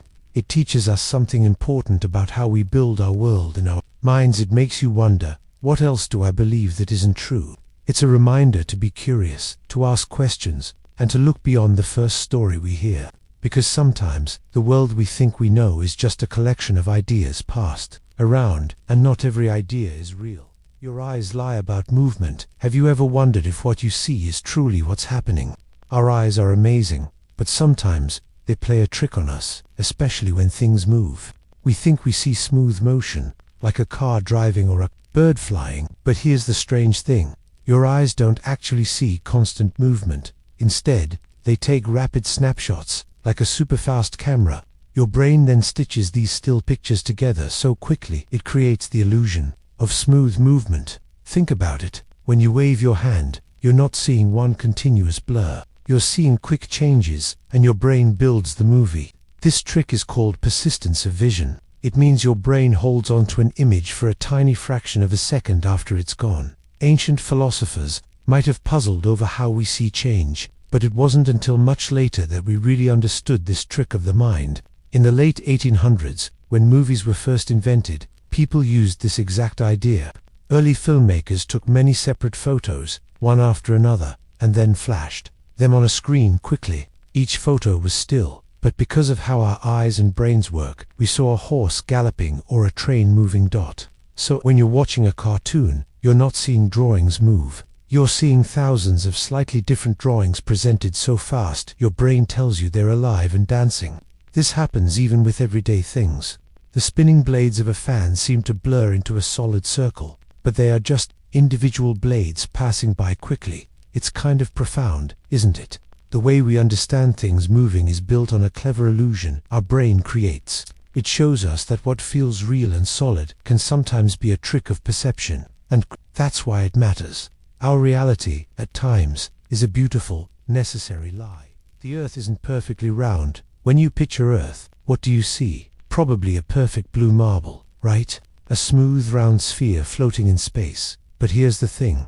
Earth isn't perfectly round. It's actually a bit squashed. More like a slightly flattened ball, or an M&M, if you will. It bulges out around the middle, at the equator, and is a little flatter at the poles. This specific shape is called an oblate spheroid, and it happens because our planet spins. Imagine a spinning top or even a wet tennis ball spinning really fast. The force of that spin pushes material outwards, especially at the widest part. For a long time, people believed Earth was a perfect sphere. Ancient Greek thinkers, like Pythagoras, even saw the sphere as the most perfect shape. It fit their ideas of a harmonious and orderly universe. But as we got better at measuring, exploring, and later, when satellites went into space, we started to see the truth. Reality, it turns out, is often a bit more interesting than our perfect ideas. Think about how a figure skater spins. When they pull their arms in close, they spin faster. But if they stretched their arms out, their body would spread out a bit. Right. Earth's spin, over billions of years, has done something similar. It's pulled the arms of the planet out, making it wider at its waist. This slight bulge, this tiny imperfection, actually tells us so much about the universe. It reminds us that what we think we know might only be part of a much larger, more surprising story. The universe isn't always neat and tidy, fitting into our simple, clean pictures. It's full of small, unexpected truths, waiting for us to discover them, and sometimes, these little differences, these bumps and bulges, make things even more fascinating and wonderful. Our Earth, with its own unique, slightly imperfect shape, is still incredibly beautiful. It's real, and truly understanding. Its true form only deepens our appreciation for the complex wonder we call home. That noise was just your house. Have you ever been lying in bed, late at night, and heard a strange creak, a sudden pop, or a faint groan from downstairs? For a split second, your heart jumps, your mind races. Is it a ghost? Is someone there? And then, a moment later, you remember, oh, that's just the house. It's the old wood settling, or the heating pipes clicking as they cool down. Here's the thing. Our brains are amazing, but they're also super quick to make up a story. When we hear something we don't recognize, especially in the dark or when we're alone, our brain doesn't just say, unknown sound. Instead, it tries to connect the dots, often jumping to the scariest or most exciting conclusion first. It's like our brain is constantly trying to make sense of the world, even if it has to guess. For a long time, humans have done this. Ancient people, when they heard thunder, didn't have science to explain it. So, they imagined powerful gods throwing lightning bolts. When the sun went down and shadows danced, they might have thought of spirits. It wasn't because they were silly. It was their brain trying to fill in the blanks, trying to understand something that was, at that time, unexplainable. They were building their reality based on their best guesses. Think about it like this. Imagine you're looking at a shadow on the wall. For a second, it looks exactly like a monster, with pointy teeth and big eyes. Your heart might pound. But then you realize it's just your coat hanging on a chair, and the light is hitting it just right. The monster wasn't real. It was just your brain connecting some lines and making a quick, scary picture dot. So, that noise you hear, that shadow you see, that quick thought that something spooky is happening, it often isn't what your mind first paints. It's a good reminder that what we think is real, especially in moments of fear or uncertainty, is sometimes just our brain doing its best guesswork. True reality is often much simpler, much calmer than the wild stories our minds can create. It makes you wonder how many other truths we believe are just our brains filling in the quiet spaces. The taste that wasn't really there. Have you ever experienced a strange taste, one that seems to come from nowhere? Maybe a metallic flavor in your mouth when you haven't eaten anything, or a faint sweetness, but there's nothing sweet around. It makes you wonder, can we taste things that aren't actually there? Here's the thing, our brain is the master chef of our senses. It doesn't just receive signals from our tongue, it creates the experience of taste. Sometimes it can cook up a flavor all on its own, even if there's no food or drink involved. This is a kind of phantom sensation, where our brain thinks something is happening when it isn't single quotes. For a long time, thinkers wondered about this. Hundreds of years ago, philosophers like René Descartes asked if our senses truly showed us the world as it is, or if our minds just made a lot of it up. They knew our eyes could trick us, and so could our ears. So, why not taste? Doctors also saw this with people who had lost an arm or leg, but still felt pain in the limb that wasn't there anymore. It showed them the brain was actively building our reality, even if parts were missing. Think about it this way. Imagine you're feeling really under the weather, maybe with a cold or a fever. Suddenly, everything you try to eat tastes different, or you might get a weird, bitter, or metallic taste in your mouth, even when you haven't eaten anything. The food itself hasn't changed, but your brain, affected by your sickness, is creating a new taste experience. It's an internal signal, not an external one. So, what does this tell us about reality? It shows us that our experience of taste, and really all our senses, isn't just about what's out there in the world. It's also very much about what's happening in here, inside our own heads. Our brain is constantly working, interpreting, and sometimes even creating the world we perceive. It's a powerful architect, shaping the flavors we know, sometimes with tastes that never truly existed outside our own minds. It's a quiet reminder of how truly complex and amazing our own inner worlds are. Why some colors look different. Have you ever wondered why the exact same blue shirt might look a little different when you see it in the bright sunlight compared to under a dim lamp? Or why your friend might describe a color one way and you see it another? It's a quiet puzzle, deep inside how we see the world. Here's the thing, colors aren't just in objects like some fixed sticker. What we call color is actually light. Imagine light as a wave, like waves in the ocean, but tiny. And these tiny light waves have different lengths. Some are long, some are short. Our eyes pick up these different lengths, and our brain turns them into what we know as color. For example, a red apple looks red because it absorbs almost all the other light waves, but bounces back the red waves to your eyes. For a long time, people just thought colors were a given, like the sun rising. Then, someone like Isaac Newton came along. He showed how plain white light, when it goes through a prism, breaks apart into all the colors of the rainbow. This was a big moment. It made people realize that color wasn't just simple, it depended on the light itself. Think about a chameleon. It changes its skin color to match its surroundings. It's not magic. It's because its skin can change how it reflects light. In a way, our eyes and brains are also a bit like chameleons, constantly adjusting. Remember that famous picture of the dress online? Some people saw it as blue and black, others as white and gold. It blew people's minds. Why? Because the way the photo was lit made our brains guess at the true color differently. Our minds were trying to make sense of the light around the dress. So, when you see a color, it's not just the object, it's the light hitting it, and it's also your own eyes and brain working together. This makes you wonder, doesn't it? Is the real color truly out there, or is it something we each create inside our heads? It reminds us that even something as simple as seeing a color can be a unique experience for each of us. Our reality, in these small ways, is often built by us. That reflection isn't you when you stand in front of a mirror. What do you really see? It feels like you, right? Your face, your eyes, your smile. But here's the thing, that image isn't exactly you, not truly. It's a reflection, a flipped version of what you look like to the rest of the world. Think about it. A mirror shows everything reversed. Your right hand in the mirror is actually on the left side of the reflection. It's like a photograph that's been flipped sideways. So, the person looking back at you, while familiar, isn't exactly how your friends or family see you every day. It's just an image, a surface appearance. This idea that what we see might not be the whole truth isn't new at all. For thousands of years, thinkers called philosophers have been curious about how much of reality is just a trick of the light, or a way our minds process things. They wondered if there was a deeper truth behind what our senses show us. They thought about how the world appears versus how it really is.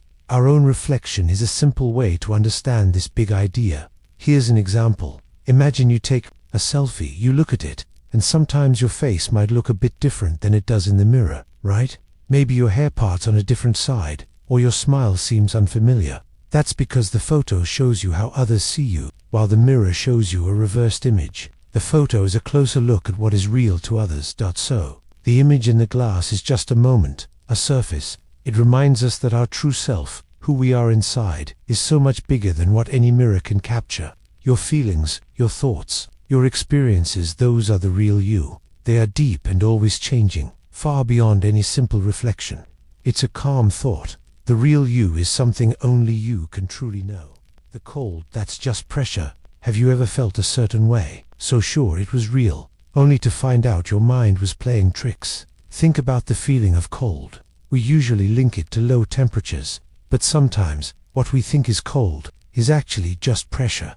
When you press something hard against your skin, like the blunt end of a pencil, it can feel chilly. It's not actually cold. Your nerves interpret that strong pressure in a way that feels like a drop in temperature. It's like your brain gets confused for a moment. For a long time, people believed our senses directly told us the truth. If something felt cold, it was cold. But thinkers, even ancient Greek philosophers, started to wonder. They asked, is what I feel truly out there, or is it how my brain makes sense of things? This idea that our senses can be tricked, or that our brains interpret signals strangely, has been around forever. It makes us question how much of reality is external and how much is built inside our own heads. Imagine a strong wind blowing against your face on a mild day. It feels cold, right? But is the air itself actually super cold, or is the wind just pushing hard against your skin? Often, pressure plays a big role in that cold sensation. Even when the temperature isn't low, your brain has to sort out the signals. It's like if you gently touch a feather versus pressing down hard on a table. Both are touch, but pressure changes how your brain feels them, sometimes blending with other feelings. This idea that pressure can mimic cold shows us something deep about how we experience the world. Our brains are always working to make sense of signals, and sometimes those interpretations are surprising. It means reality isn't always what it seems. It makes you think about how many other things we feel or believe are simply our brains, doing their best to interpret a complex world, sometimes in an unexpected way. It encourages us to be curious about our perceptions and to understand that our inner world shapes how we see everything. That shadow looks like a person. Have you ever stared at a ceiling at night, and the shadows from a tree outside made a shape that looked just like an animal? Or maybe you saw a face in a piece of toast. Here's the thing. Our brains are always trying to make sense of the world around us. They're super good at finding patterns, even when there isn't really one there. This idea has a name, pareidolia. It's when our minds see a familiar pattern, like a face or a human shape, in something random. Think about it. Our ancestors, a long, long time ago, might have seen faces in rock formations or figures in the clouds. It helped them understand their world, maybe even feel like spirits were around them. This wasn't about being silly.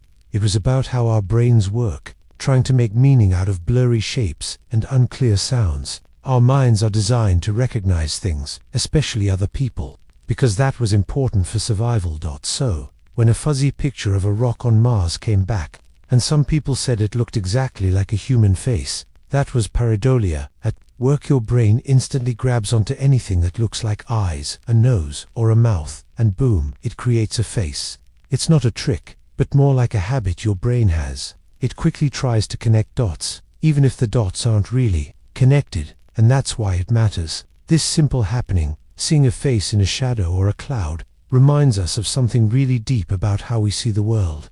Our reality isn't just out there, it's also shaped by our own minds. Our brains aren't just recording what's happening, They're actively interpreting and even creating meaning from it.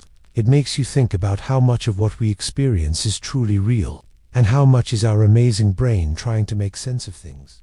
The thing you thought you knew. Have you ever felt completely sure about something, like you knew it in your bones? And then, suddenly, everything changed. Maybe you saw something new, or learned a fact that completely flipped what you believed to be true. That moment, when reality suddenly feels like it's pulling a trick on you, can be pretty jarring. It's like the world you understood just shifted under your feet. Here's the thing. Our understanding of the world is always growing. For a long, long time, people believed the Earth was flat. They saw it that way. But then, brave explorers and curious thinkers started noticing things like how ships disappeared hull first over the horizon. Eventually, the idea that the Earth was round became the new truth. It wasn't because the Earth changed, but because our understanding of it did. In science, for a long time, people thought atoms were the smallest things that existed. They believed atoms were tiny, solid balls that couldn't be broken down any further. That was the truth for a while. But then, scientists made new discoveries. They found even smaller particles inside atoms, things like protons, neutrons, and electrons. And then, even smaller things called quarks. So, the smallest thing we knew wasn't the smallest at all. It was like the very foundation of matter. What we thought was solid fact completely changed. This isn't about being wrong. It's about expanding what you know. It's a quiet reminder that what feels solid and true today might just be one layer of a much deeper, more complex reality. And that's okay. It's exciting. Even it means there's always more to discover, more to understand, and more ways to see the world. It means being open to those quiet whispers that tell you, maybe, just maybe, there's more to the story than you first thought. It's a call to keep looking, keep questioning, and keep learning.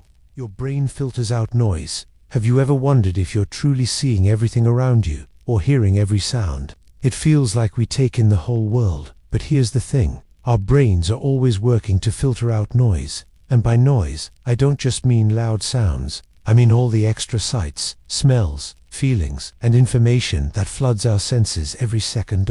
Think about it. If your brain had to pay attention to every single bit of data coming in, you'd be completely overwhelmed. You couldn't focus on anything. So, your brain has this amazing built-in filter. It decides what's important and what's not. It lets you focus on what matters right now, whether that's listening to a teacher or walking through a crowded hallway. Without this, even simple tasks would be impossible. People have thought about how we see the world for a very long time. Ancient thinkers wondered if what we experience is the full truth or just a small part of it. And in a way, they were onto something. Our brains don't just passively take in information. They actively shape what we perceive.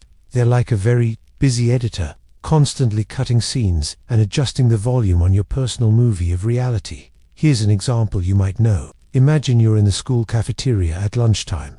It's loud. A million conversations are happening at once. It might be hard to hear your friend next to you. But then, across the room, someone suddenly says your name.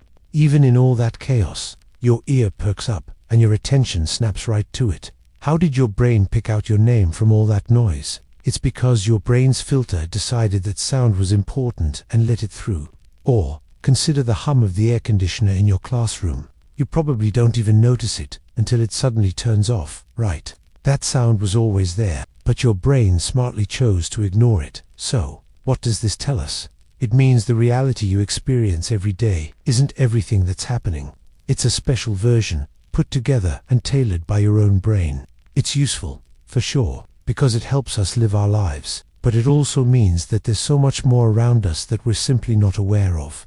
It makes you wonder about the hidden details, the quiet truths that are always there, just beyond our brain's chosen focus. It's a quiet reminder that our world is both what is out there and what our minds allow us to see.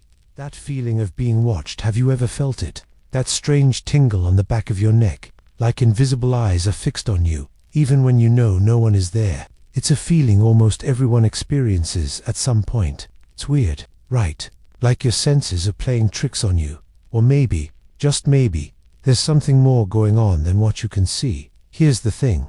This sensation is often about our brains trying to make sense of the world around us. Our minds are always looking for patterns and potential threats. Think about our ancestors, living in wild places. Being aware of unseen dangers, like a predator lurking, was super important for survival. So, our brains got really good at picking up tiny clues, a shift in air, a faint sound, and sometimes they create a feeling of being watched, even when there's no real threat. It's like our ancient alarm system still sometimes goes off for no reason. Throughout history, people have tried to explain this feeling. Ancient cultures often believed in spirits, gods, or unseen beings who were always observing. Some philosophies talk about a collective consciousness, or the idea that we are all subtly connected, and sometimes you might feel a presence from afar. It's not about magic, but more about how our minds interpret the unknown. For example, when you walk into a quiet library and suddenly feel eyes on you, it might just be your own brain, processing the sudden silence or an unexpected shadow, making you extra aware. It's like when you're alone in your room at night and a small sound makes you jump, making you think someone else is there. Your mind is just being super alert. This feeling, though sometimes unsettling, reminds us how amazing and complex our brains are. They are constantly interpreting signals, creating stories, and keeping us safe. It tells us that our reality isn't just what we see and touch. It's also shaped by our perceptions, our past, and the deep, old parts of our minds. So, next time you feel those unseen eyes, maybe pause and wonder, is it a real presence, or is it just your incredible mind doing its job, trying to understand the world in its own mysterious way? It's a quiet reminder that our inner world is as vast and unknown as the stars. The water that looks empty. Have you ever looked at a clear glass of water and thought it was completely empty? I mean, beyond the water itself, if you pour it out, the glass seems to hold nothing. Or what about the space between stars? It looks like a huge, silent void, right? Just blackness, stretching forever. But here's the thing. What if that empty space isn't actually empty at all? For a long time, people believed that if you took away all the matter, all the air, all the dust, all the atoms, you'd be left with true nothingness, like a perfect vacuum. Even ancient thinkers wondered about this. Can there really be nothing? Or is nothing always something? Modern science, especially in an area called quantum physics, suggests the latter. It's like the universe hates a vacuum, but in a much stranger way. Imagine an empty room. You might think there's nothing there, but even in the emptiest room, there's air, right? And what if you take the air out? There are still light waves moving, and invisible forces, like gravity. Scientists now believe that even in the most empty parts of space, tiny particles are constantly popping into existence and then disappearing again, super fast. It's like a cosmic foam, bubbling with energy that we can't see or feel directly. This isn't science fiction. It's what our best understanding of the universe tells us. So, the space that looks like nothing is actually full of potential, full of invisible activity. It makes you wonder about the world around you. When something seems quiet or still, is it truly inactive? Or is there always a deeper layer of movement, of hidden forces at play? Maybe even our own quiet moments are filled with unseen thoughts and emotions, just waiting to surface. It suggests that even in what seems empty or blank, there's always something more going on. Something deeper, something humming with quiet life. Why some words sound weird. Have you ever said a word until it just stopped making sense? It can sound strange, like gibberish, even if you know what it means. It's like the sound and the meaning suddenly disconnect. Here's the thing. Most words don't actually sound like what they mean. Why do we call a table a table? It doesn't sound like wood. We just agreed, long ago, that those sounds would be its name. There's no natural reason for dog to mean a furry, barking animal. In Spanish, it's perro. In German, hue. Different sounds, same creature. For a long time, people have wondered about this. We largely create language. We give sounds meaning.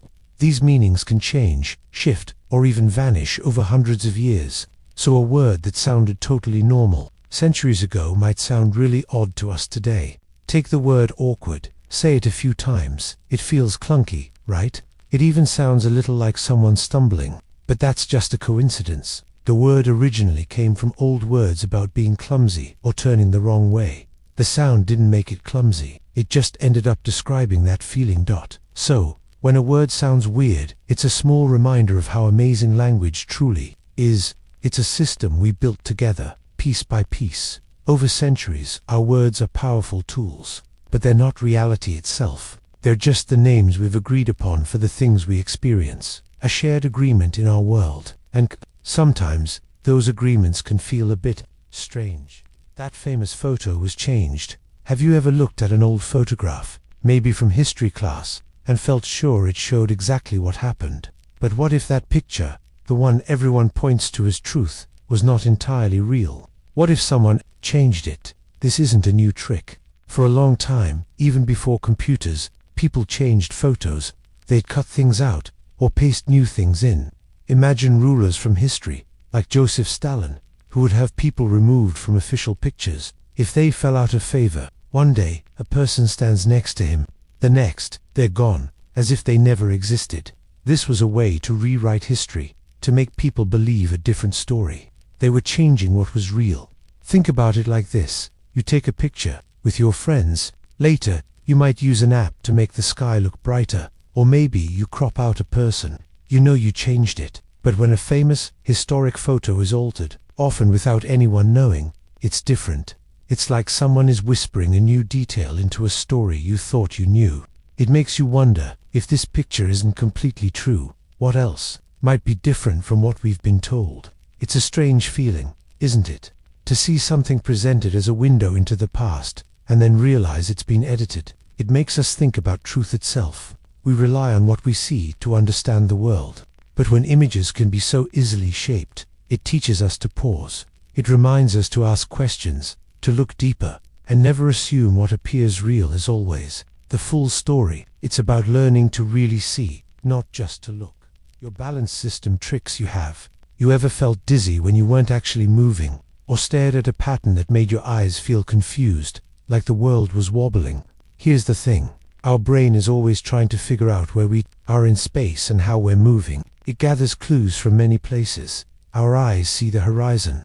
Our inner ears have tiny fluid-filled tubes and delicate hairs that sense motion and tilt. Even our muscles and joints send signals about our body's position. But what happens when these clues don't match up? Long ago, even ancient Greek thinkers wondered about how we truly perceive the world. Philosophers like Plato often questioned if our senses were always reliable.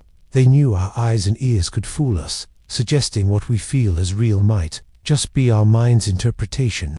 It's an old idea, this thought that our personal reality might be a clever illusion. Think about this. You spin around fast, maybe 10 times, and then suddenly stop. Your eyes see the room is standing perfectly still, but the fluid in your inner ear, the stuff that tells your brain about motion, is still sloshing around. It's sending signals that say, hey, we're still spinning.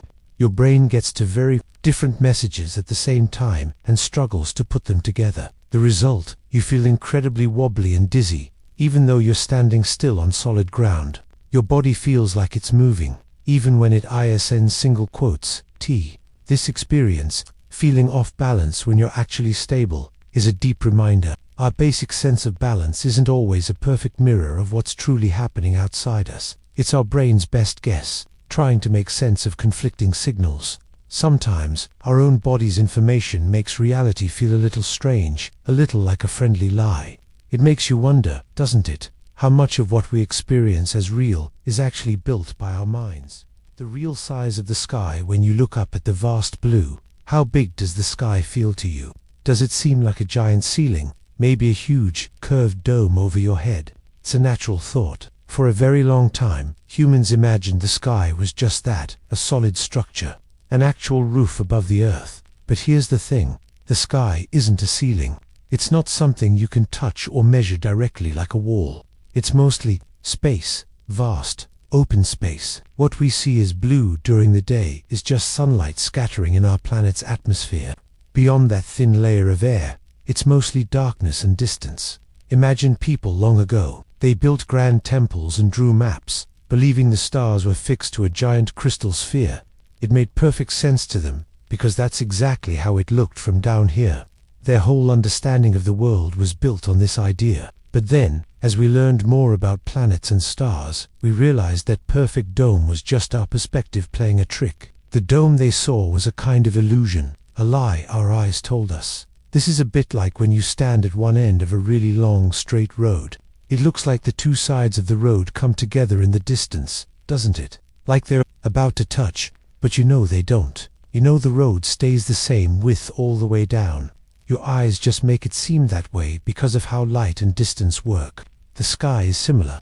It looks like a solid blue ceiling above us, but it's really just infinite openness. It's a beautiful thought, isn't it? The sky that feels so close, so solid, is actually a window into something truly boundless. Knowing this deeper truth doesn't make the sky less beautiful. Instead, it makes it even more amazing, more profound. It reminds us that there's always more to discover, even in the most everyday things, and that's okay. It teaches us to be curious about what might lie beyond what we first see. That object disappearing. Have you ever searched for something, absolutely certain you just put it down, and it was simply gone? Like your phone, or your keys, or that one pen you really like. You looked everywhere. You swear it vanished into thin air. It makes you pause, doesn't it? For a moment, reality feels a bit wobbly, like a lie. Here's the thing, objects don't usually vanish, but our experience of them does. This feeling that something solid just disappeared teaches us about how we see the world. It's not about magic, it's about how our brains pay attention, or sometimes don't. Our minds are amazing at building our sense of reality, but they also have blind spots, gaps in what we notice. Thinkers long ago, even ancient Greek philosophers, wondered about this. They questioned if what we see is truly real, or just our own personal version of it. They talked about how our senses can fool us. If you truly believe something is there, and then it isn't, that can make you doubt everything. It makes you ask, what is real? Then, consider this. You're trying to find your favorite hoodie. You scan the room quickly. Nothing. You're annoyed. Then someone else walks in and points directly to it, right on the chair where you just looked. It was there all along. Your brain, for a moment, just decided not to register it. It was like your eyes were seeing, but your mind wasn't processing that specific thing. This happens more often than we realize. Our brains are filtering out tons of information all the time, just to help us focus. Sometimes, that filtering means we miss what's right in front of us. So, when an object seems to disappear, it's not a trick of the universe. It's often a quiet moment of our own perception, playing a silent trick on us. It reminds us that our personal reality is built moment by moment, not just by what is there, but by what our minds decide to show us. And that can make us feel, for a fleeting second, that the world around us isn't quite as solid as we thought. It's a strange and deep feeling, making us wonder about the quiet ways our minds shape what we believe is true. The sound of your own heartbeat. Have you ever really listened? I mean, truly listened to the sound of your own heart. It's usually a quiet whisper, easily lost in the noise of the world around us. But sometimes, when everything else goes silent, maybe late at night, in a dark room, or after running fast, it's suddenly there. Thump thump, thump thump, and it can feel odd, like a secret drum beating inside you that you'd forgotten was even there. For a very long time, people didn't truly understand how the body worked.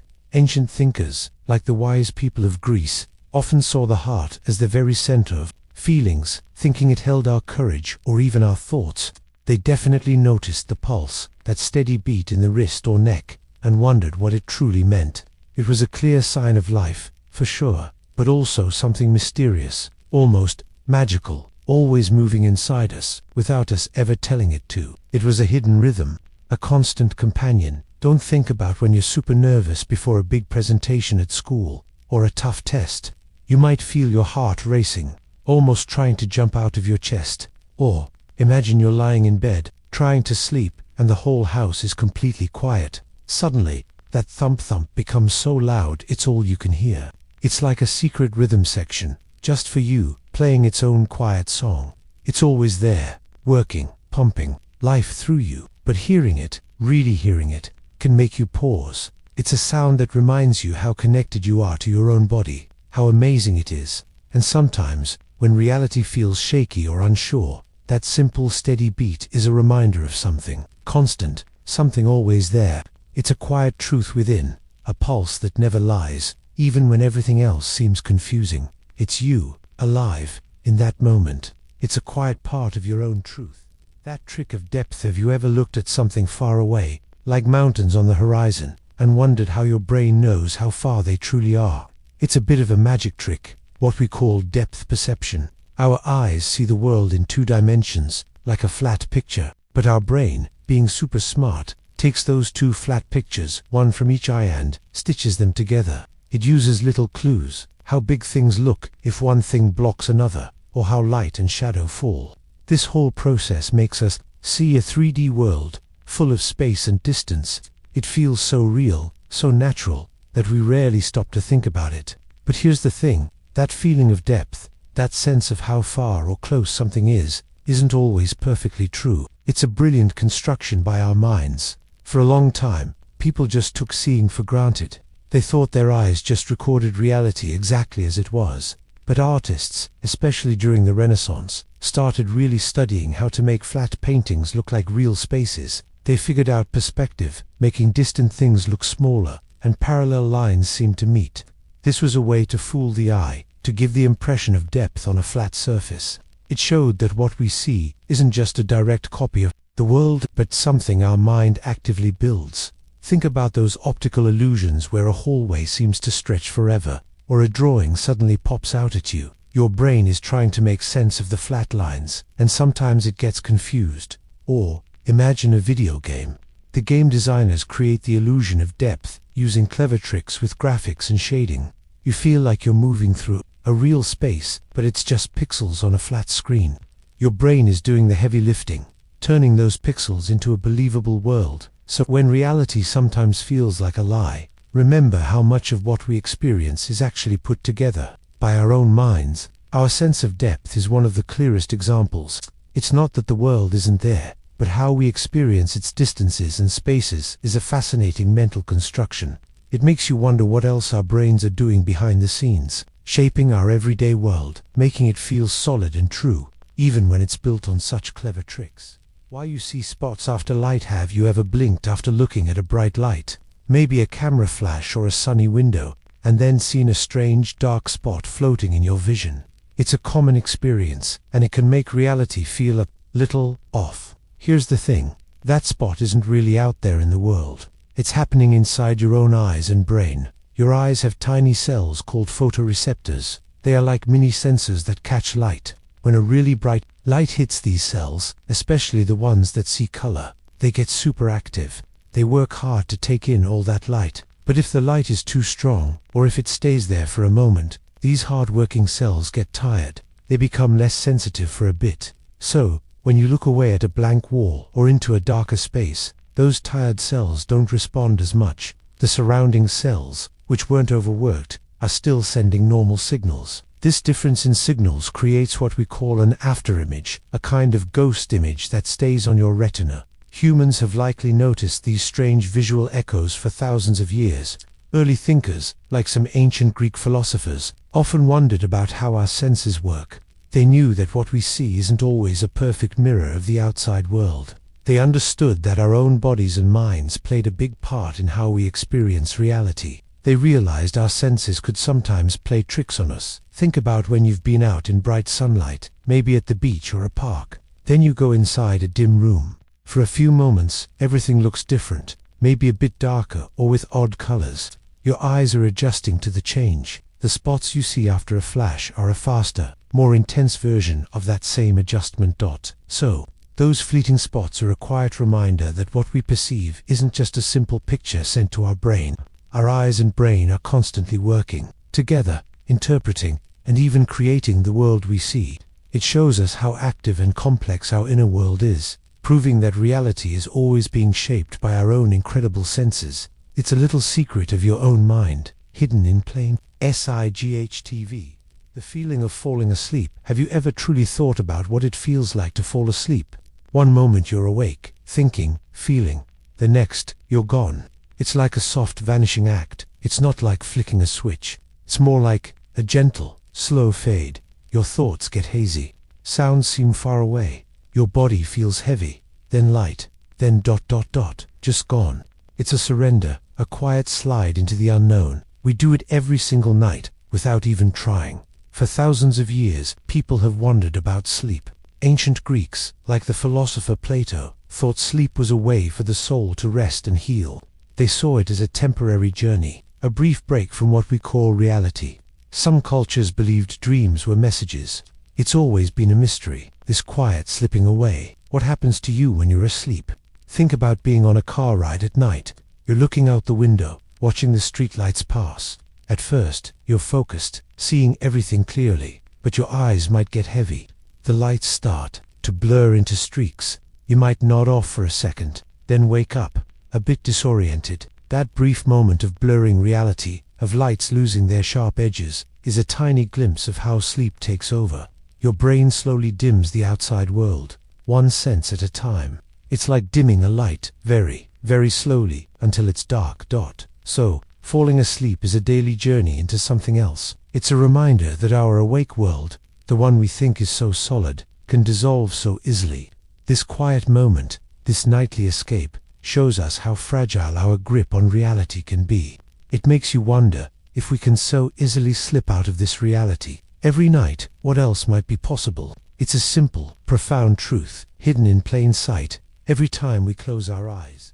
That person isn't who you thought. Have you ever felt like you truly knew someone, only to find out they were different than you imagined?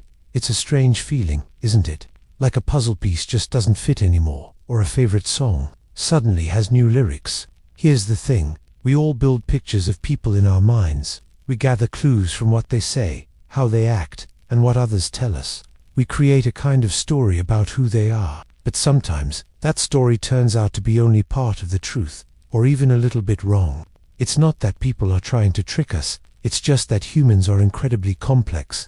We have many different sides, like a gemstone catching light from different angles. Think about actors in ancient times. They wore masks on stage to show if they were playing a hero or a villain. The word they used for these masks was persona, which is where our word person comes from. It suggests that, in a way, we all wear different masks, or show different parts of ourselves, depending on where we are and who we're with. Your personality at home with your family might be different from your personality with your friends, or with a teacher, and that's okay. It's natural. Think about someone you know, maybe a classmate who always seems super serious in class, but then you see them at a school sports event, cheering wildly, laughing easily. Suddenly, your picture of them changes. It's like looking at a house from just the front door. You don't see all the rooms, or the backyard, or what's happening inside. People are much bigger and more varied than just one angle.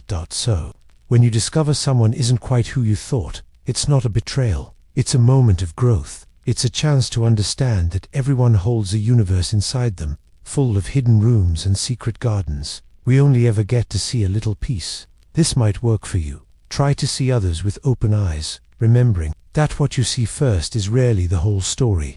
It makes understanding people a deeper, more exciting journey. The story that kept changing. Have you ever thought you knew something for sure, only to find out the whole story was actually different? Maybe a friend told you something, and then someone else explained it in a totally new way. Here's the thing, reality itself can feel like that sometimes. It's like the world is telling us a story, but then it decides to change the plot, revealing new details. For a very long time, people believed the earth was flat.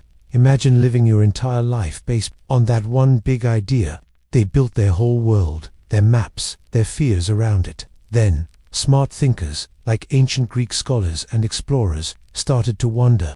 They looked at ships disappearing hull first over the horizon, or how shadows changed during a lunar eclipse. Slowly, with careful observation, the story changed. It wasn't flat at all. It was a round sphere, and for even longer, humans believed our Earth was the very center of the universe, with the sun and all the stars spinning perfectly around us. That made sense from where we stood, right? But then, telescopes got better, and brilliant minds used math to study the sky. The story changed again. Suddenly, we were just one planet, spinning quietly around a much bigger sun, part of a vast cosmos. This isn't just about old science facts. Think about how we understand the human brain and our emotions today, compared to even 50 years ago. Back then, they knew a lot less about how our thoughts and feelings truly work, or how memory is formed. Now, with new tools and research, we see so much more, even into the brain's tiny connections. The story of our minds is still being written, and it keeps getting more detailed and complex. This can help you understand why it's okay, even important, for what we believe is true to shift. It doesn't mean we were wrong before. It just means we're learning, growing, and seeing things with new, clearer eyes. And that's why it matters. Being open to a changing story isn't a sign of weakness. It's a path to deeper wisdom. It might feel a little unsettling when truth moves, but it's part of the beautiful journey of understanding. Your brain makes up faces. Have you ever stared at a wall, or maybe a piece of toast, and suddenly seen a face looking back at you? Not just a general shape, but clear eyes, a nose, a mouth. It feels real for a second, right? But then you blink, and it's just a stain, or a burnt spot. Here's the thing, your brain does that. It's called pareidolia, and it's when our mind tricks us into seeing patterns or faces in random things, like clouds, or electrical outlets, or even the front of a car. Think about it. For a long time, humans needed to be good at spotting faces. Our ancestors had to quickly tell if something in the bushes was a friend, or a predator, or just a rock. So, our brains got really good at finding face-like patterns, even from just a few dots and lines. It's a survival skill that's still wired into us today. Even if there's no actual face, our brain wants to find one, just in case. This isn't new, by the way. People centuries ago would look up at the stars and see pictures of heroes and animals and constellations, or they'd see faces in mountainsides and tree trunks, maybe thinking they were gods or spirits. It's part of how we try to make sense of the world around us. A good example is that famous ink blot test, where different people see different things. In the same blurry image, it shows how much our own mind fills in the gaps. So, when you see a grumpy face in your morning coffee foam, or a smiling one in a pair of headlights, it's just your amazing brain doing its job. It's trying to make sense of the unknown, trying to find meaning where there might be none.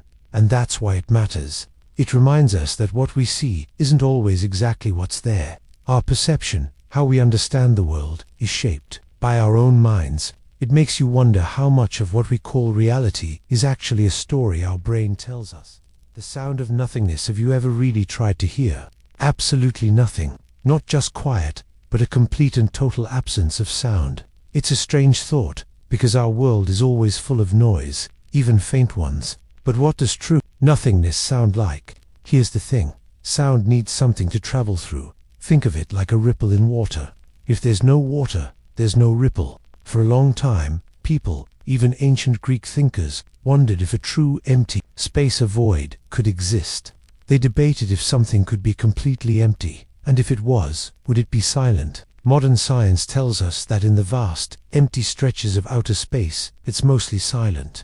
Sound can't travel through nothing there. So, in many ways, space really is the sound of nothingness. But here's what's really mind-bending. Imagine you step into a special room called an anechoic chamber. It's designed to absorb every single sound. No street noise, no hum from the lights, not even your own echo. It's the quietest place on earth. What happens? People often describe it as unsettling. After a few minutes, you might hear sounds you never notice normally. Your own heartbeat, the blood rushing in your ears, the slight gurgle of your stomach. It's your own body's noise, now clear. This feels like reality is playing a trick, because suddenly, in deep silence, your inner world becomes the loudest thing.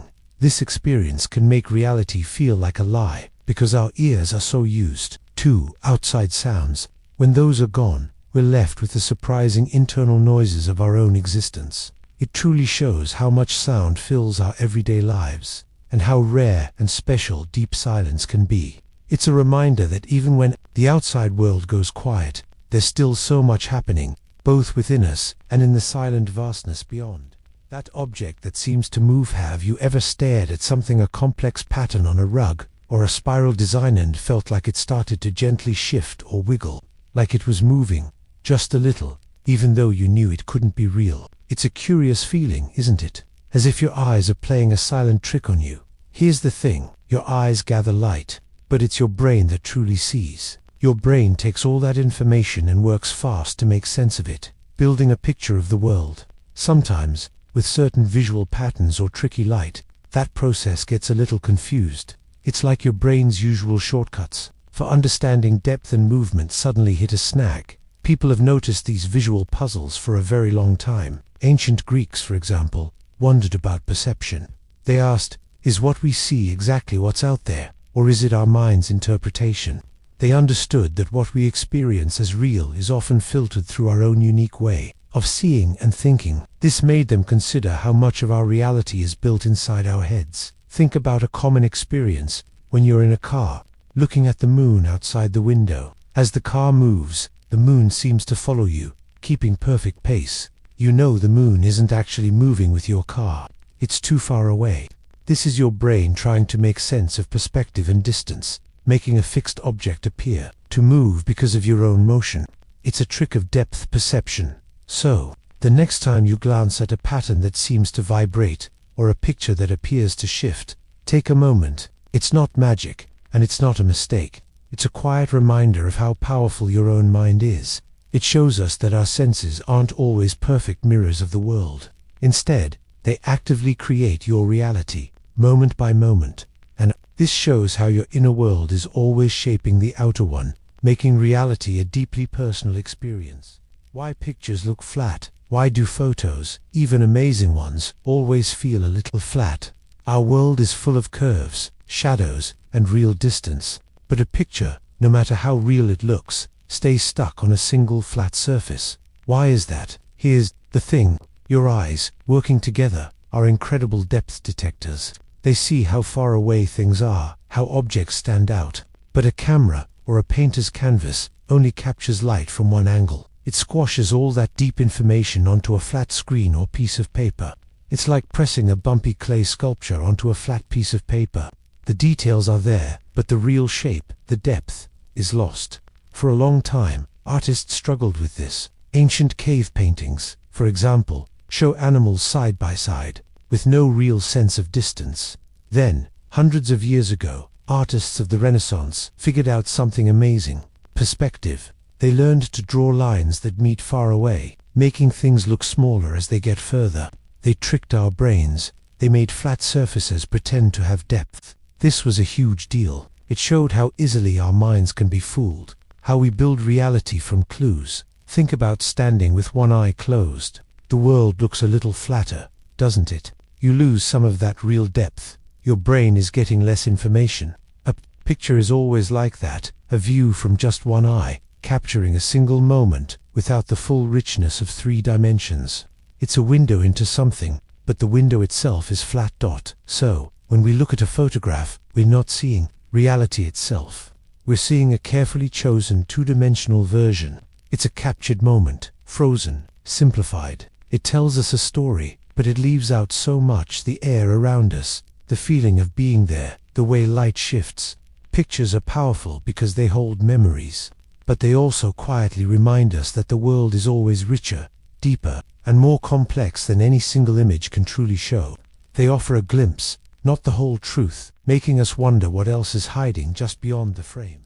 The smell that isn't there. Have you ever caught a whiff of something familiar, maybe fresh cookies, or rain on hot pavement, only to realize it's not actually there? The smell feels strong, real to you, but no one else smells it. This strange experience points to a deep truth about how we sense the world. Here's the thing: our brains are always working to make sense of everything around us. They take signals from our eyes, ears, and nose, then piece them together into what we call reality. But sometimes, our brains get a little too creative.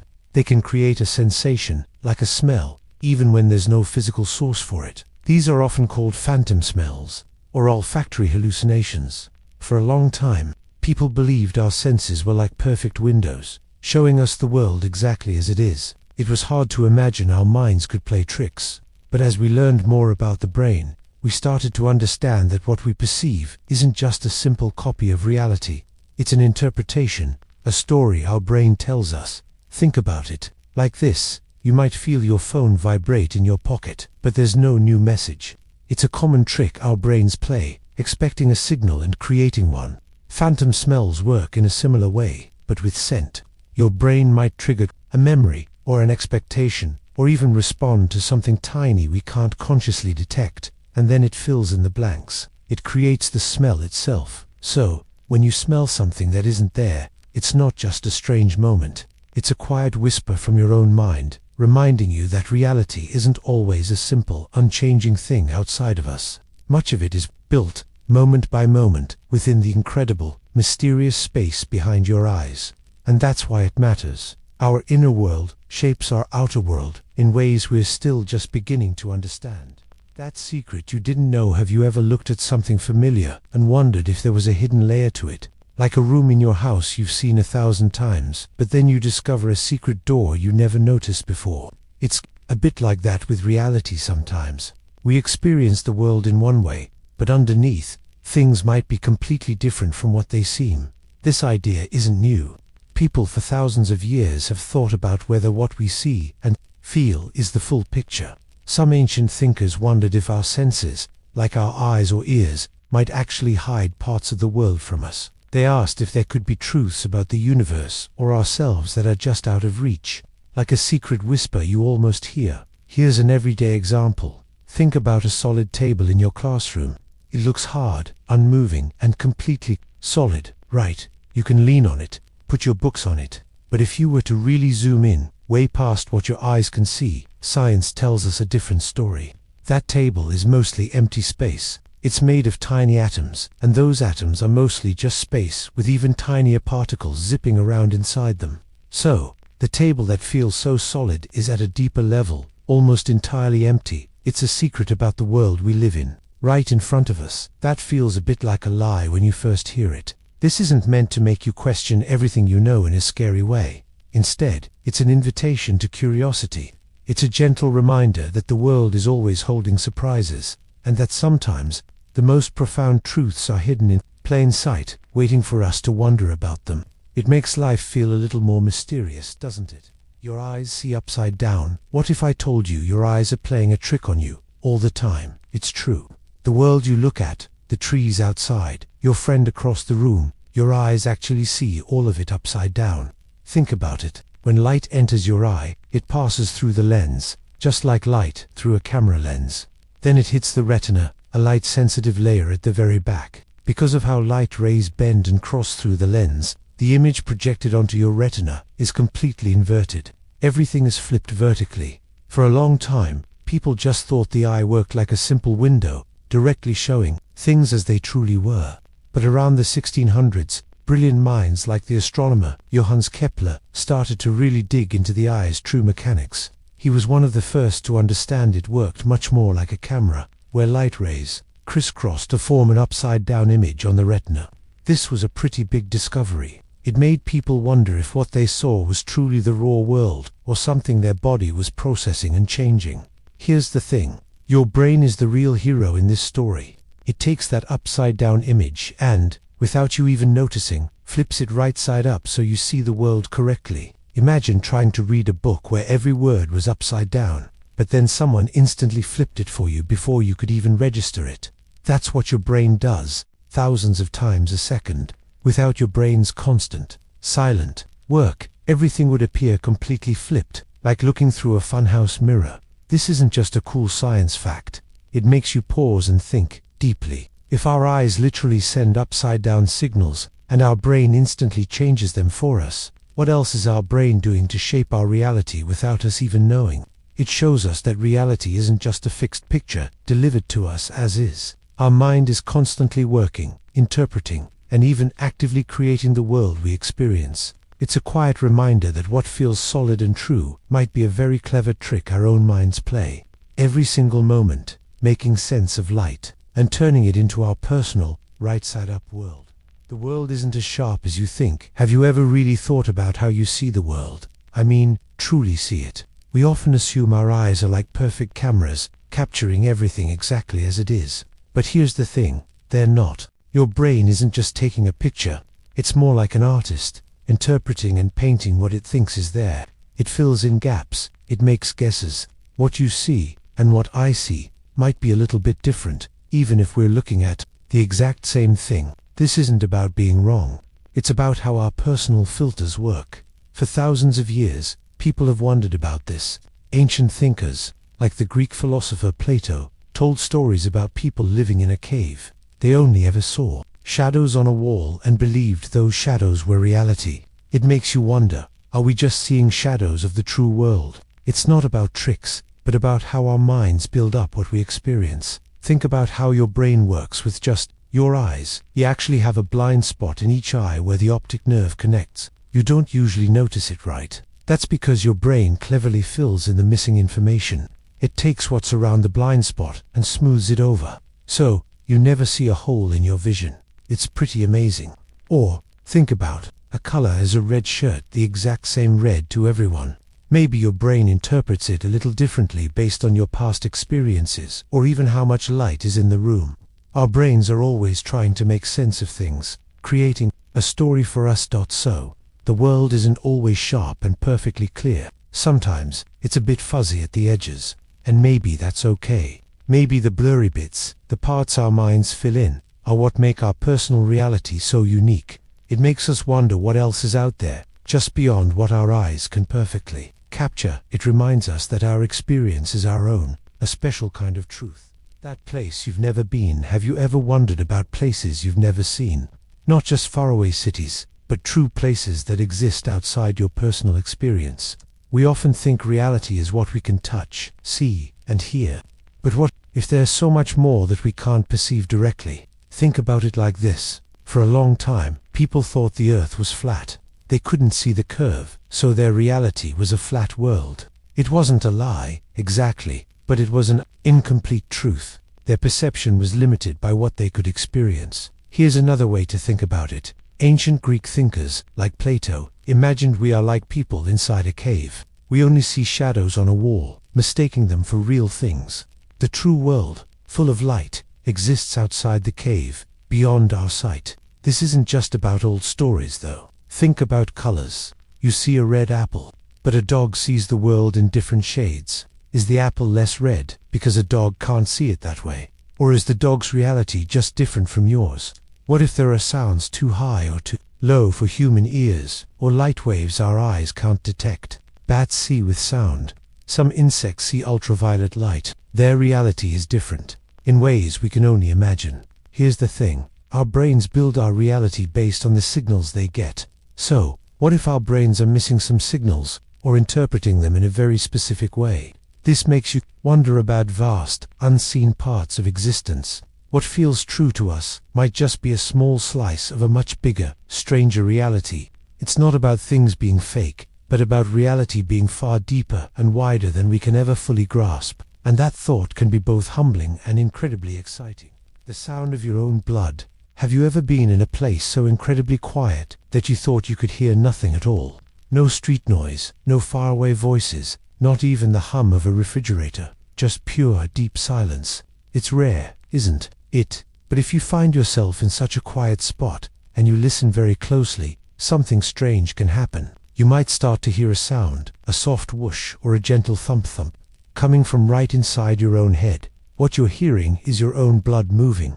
It's your heart pushing blood through veins and arteries, a tiny, steady ocean inside you. Most of the time, the world is too loud, too busy, for us to notice this internal rhythm, but it's always there. For centuries, people found deep quiet. Thinkers and monks, seeking calm, would sit in quiet spaces, noticing the subtle feelings of their own bodies. They understood that listening inward could show how amazing life is, even when it feels like nothing is happening. Think about it like this. Imagine you're wearing really good noise-canceling headphones. When the music stops and everything goes quiet, you might notice your breathing, or even that soft thumping in your ears. That's your body's private concert. It reminds us that our bodies are amazing things, constantly working, even when we're not paying attention. Every beat, every rush of blood, is a sign of life, a quiet song playing just for you. So, the next time you find yourself in a moment of true quiet, try to listen. Don't just hear the absence of sound, but listen for the subtle presence of your own life. It's a gentle reminder that even in the quietest moments, you are alive, a living, breathing miracle, constantly moving, constantly existing.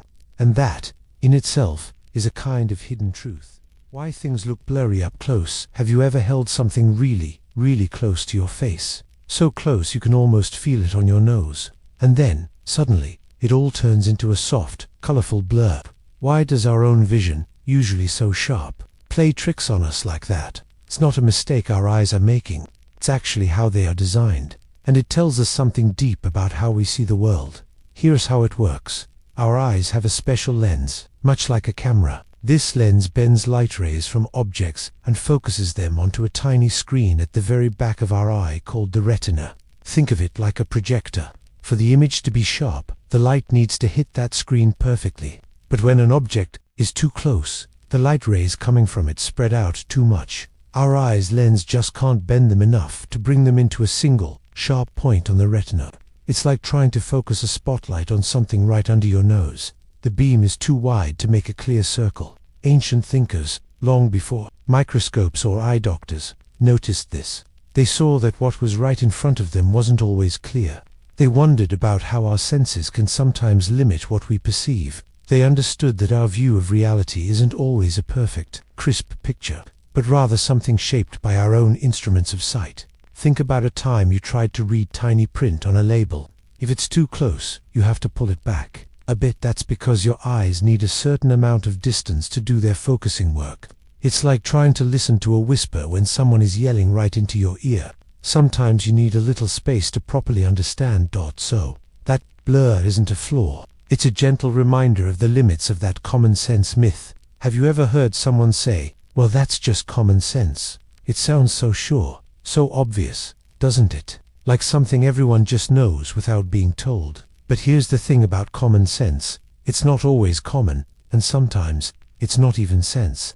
What we call common sense is often just what most people in a certain place and time believe. It's like a shared idea, passed down, often, without much thought. For a long time, people truly believed it was common sense that the earth was flat. Everyone knew it. If you sailed too far, you'd fall off. But then, curious minds, like ancient Greek thinkers, looked at shadows and watched ships disappear over the horizon. They figured out the earth was round. Their common sense was challenged, and the truth was much stranger than the old belief. Think about riding in a car that suddenly stops. Your body lurches forward, right? It feels like something is pushing you. For ages, that's what people thought. A force pushed you forward. That was common sense. But then Isaac Newton came along. He said your body wasn't being pushed. It was simply staying in motion. The car stopped, but you kept going until your seatbelt did its job. What felt like common sense was a misunderstanding of physics. So, when someone says common sense, it's worth pausing. Is it a universal truth, or just a habit of thought? Maybe it's a belief we've inherited that needs a second look. The world is full of hidden wonders. Sometimes, the biggest lies we believe are the ones we're told are just obvious. It makes you wonder what other common sense ideas we hold today might change tomorrow.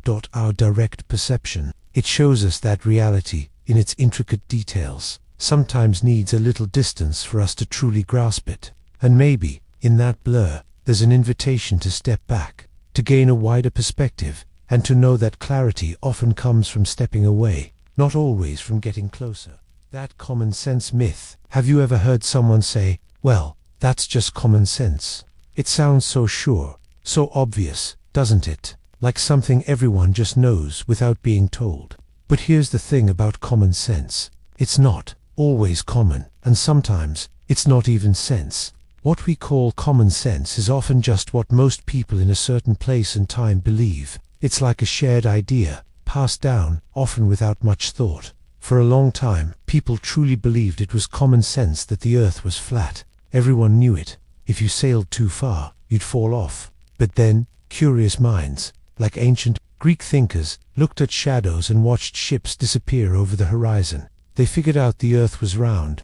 Their common sense was challenged, and the truth was much stranger than the old belief. Think about riding in a car that suddenly stops. Your body lurches forward, right? It feels like something is pushing you. For ages, that's what people thought. A force pushed you forward. That was common sense. But then Isaac Newton came along. He said your body wasn't being pushed. It was simply staying in motion. The car stopped, but you kept going until your seatbelt did its job. What felt like common sense was a misunderstanding of physics. So, when someone says common sense, it's worth pausing. Is it a universal truth, or just a habit of thought? Maybe it's a belief we've inherited that needs a second look. The world is full of hidden wonders. Sometimes, the biggest lies we believe are the ones we're told are just obvious. It makes you wonder what other common sense ideas we hold today might change tomorrow. Your brain likes simple things. Have you ever wondered why some stories just feel right, even if you know they might not be true? Or why a quick, easy answer is so much more appealing than a complicated one? Here's the thing. Your brain loves simplicity. It's wired to save energy. Thinking takes work. So, your brain looks for shortcuts, for patterns, for things that fit neatly. Imagine our ancestors, long ago. If a rustle in the bushes sounded like a predator, it was safer to run immediately. Analyzing every leaf took too long. Their brains quickly made a simple connection. Rustle equals danger. This fast, simple thinking kept them alive. Over time, our brains kept this preference for clear ideas. It's simply less effort to accept a simple story than to dig into all the messy details. Think about a magic trick. A magician doesn't actually make a coin disappear. They use misdirection and quick moves. They make your brain assume the coin vanished. Your brain takes the easy way. It accepts the illusion. Why? Because the real truth is often more complex. This isn't just about magic. It's how we sometimes prefer a simple rumor over the full truth, or how we stick to an old idea because changing our mind feels like too much work. So, when reality feels like a lie, maybe it's because the truth is often much more layered. It's more complicated than what our brains prefer. The world isn't always neat. Sometimes, the deepest understanding comes from being brave enough to sit with a Misreads. It means questioning the easy answer. It means realizing the truth often lives in the beautiful, tangled details, not just in simple headlines. It's a quiet invitation to look closer, even when it feels harder. The coincidence that was too perfect. Have you ever had one of those moments where things line up so perfectly, it almost feels like a trick, like reality is playing a game with you? This is the feeling of a coincidence that's just too perfect. It's when two separate events happen at the same time, and they fit together so neatly, you can't help but wonder if it's more than just random chance. It's not about cause and effect, where one thing makes another happen. Instead, it's about a strange, unexpected connection that feels deeply meaningful to you. Even if it doesn't make logical sense. Think about it. You might be worrying about a problem, and then, out of nowhere, you hear a phrase or see something that feels like an exact answer. Or maybe you're thinking about an old friend you haven't talked to in years, and your phone rings, and it's them. These moments make us pause. They make us question how the world works. A famous thinker named Carl Jung called this idea synchronicity. He believed these meaningful coincidences weren't just random luck. He thought they showed a deeper connection in the universe, a kind of hidden pattern that we sometimes glimpse. It's like the universe is winking at us, showing us that things are more connected than we usually see.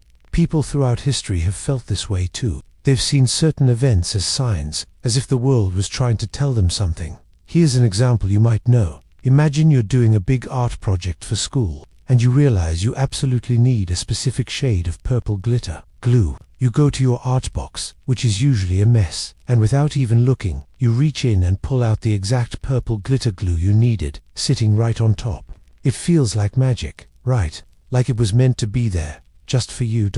So, when these perfect coincidences happen, what are we supposed to think? Are our brains just really good at finding patterns, even when there aren't any? Or is there something more? Is reality itself sometimes arranged in ways that go beyond what we can explain with simple logic? It makes you wonder if there's a quiet rhythm to life, a gentle whisper that sometimes lines things up in surprising ways, inviting us to look a little closer at the mystery of things. That feeling of being alone. Have you ever been in a busy place, like a crowded hallway at school, or a loud family gathering, but still felt completely on your own? It's a strange feeling, isn't it? It's not about being physically by yourself. You can be surrounded by people and still have this quiet ache inside, a sense that no one really sees you or truly understands what's going on in your head. It's like you're separate, behind a pane of glass, watching everything happen but not quite a part of it. This feeling of being alone in a crowd is actually something humans have thought about for thousands of years. Even ancient Greek thinkers, like Aristotle, talked about how we are social creatures meant to connect, but they also knew that feeling disconnected was a part of life. It's a deep part of the human experience, not new at all. It's an old, quiet current that runs through all of us at some point. Think about it like this. Imagine you're looking up at the night sky. You see billions of stars, planets, and galaxies stretching out further than you can imagine. You're just one person on one tiny planet in this giant, endless space. That feeling of being so small in something so vast can be a little bit lonely, can't it? It's a feeling of being singular, unique, but also separate from the enormous whole. So, when you feel this way, remember it's not just you, it's a common human experience. This quiet moment, this feeling of being apart, can actually be a chance to think about what connection truly means. It might make you appreciate those times when you do feel seen and understood. And sometimes, it's just a moment to sit quietly with yourself, to really get to know the person who lives inside your own mind. It's a part of discovering who you are. The world isn't always what you expect. Have you ever stopped to wonder if the world around you is exactly as it seems? We walk on solid ground, feel the wind, see the sun. But what if there's more to it, just beyond our everyday senses? Here's the thing. Reality often holds surprises. What we believe to be true isn't always the full story. Long ago, thinkers asked about this. They wondered if what we experience is truly the world, or just our brain's version. For centuries, people believed the earth was flat and still. It made sense, right? You don't feel it moving. But science showed us something else. We learned the earth is a sphere. It spins fast and moves around the sun. We don't feel that motion, but it's happening. Our senses told us one thing. Deeper understanding showed a different truth. Think about a common example. A glass of water looks like clear liquid, but zoom in with a powerful microscope, and you'd see tiny, unseen particles constantly moving. Or consider the air. It seems like nothing, just empty space. But it's full of invisible gases, countless molecules buzzing. So, what appears simple is actually full of hidden activity. This idea that the world isn't always what it seems isn't meant to worry you. Instead, it's an invitation. It asks us to be curious, to ask questions, and to look deeper. What we think we know might just be one layer of a much richer, complex truth. There's always more to discover. And that's a pretty amazing thought. It means the world is always teaching us, showing new sides of itself if we're open. Why some places feel different? Have you ever walked into a new place and just felt something? Not seen it, but felt it. It's like some rooms, some old buildings, or even stretches of land hold a memory. They seem to hum with silent stories. For a long time, people have sensed this. Ancient cultures talked about the spirit of a place. They believed every forest, river, or stone had its own quiet energy. It's not just a physical space, it's also everything that has happened there, every joy, sorrow, whisper, or argument. These experiences leave traces like faint echoes. Think about an old, quiet library. When you walk in, you might feel calm or deep thought. That's because countless people have sat there, reading, learning. Their quiet focus leaves an invisible mark on the air, on the walls. Or imagine an empty school on a weekend. Even without students, it might still feel alive, full of echoes of laughter and learning, or a sense of quiet waiting. It's almost as if emotions and intentions get woven into a place, like a song playing softly after the music stops. Our minds are good at picking up these subtle cues. Our brains combine what we see, smell, and what we know about a place's past, creating a distinct feeling. So, when a place feels different, maybe it's telling us a part of its story. It reminds us that every moment, every feeling we have, connects us to the world around us. And it also means we leave our own subtle marks on the places we inhabit, shaping quiet feelings for those who come after. It's a quiet truth about how deeply connected we are to the world. That new idea that isn't new. Have you ever had an idea? Something you thought was totally fresh, only to realize someone else had thought of it before. Or maybe you saw a new trend, and it felt strangely familiar. It's a strange feeling, like reality is playing a trick. Here's the thing. A lot of what we think of as new isn't really new at all. It's more like a returning echo, a truth seen from a different angle. Think about it. We often believe our generation, our time, has all the original thoughts. But if you look closely, ideas often cycle back. People call this "there's nothing new under the sun." That phrase is ancient, for a reason. Philosophers from thousands of years ago, like the ancient Greeks, were asking questions we still ask today. They wondered about what makes a good life, how our minds work, even what the smallest parts of matter are.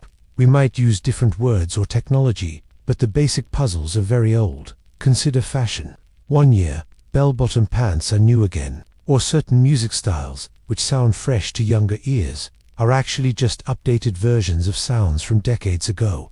Even in science, a breakthrough often builds on old theories, making a small but important change to an idea that's been around for a long time. It's like finding an old house and giving it a new coat of paint and some modern furniture. The house itself, its foundation, has always been there. So this makes you think, is true originality even possible? Or are we always rediscovering parts of a bigger, older truth? It's a quiet thought, but it can be a deep one. Maybe progress isn't always about inventing from nothing. Maybe it's about seeing the enduring truths of life and the world, and then understanding them more clearly, or applying them in new ways. It's a journey of continuous rediscovery, and perhaps there's a quiet beauty in that. Your brain predicts things. Have you ever felt like you knew what was going to happen just before it did? Not like magic, but a strong feeling of "I saw that coming."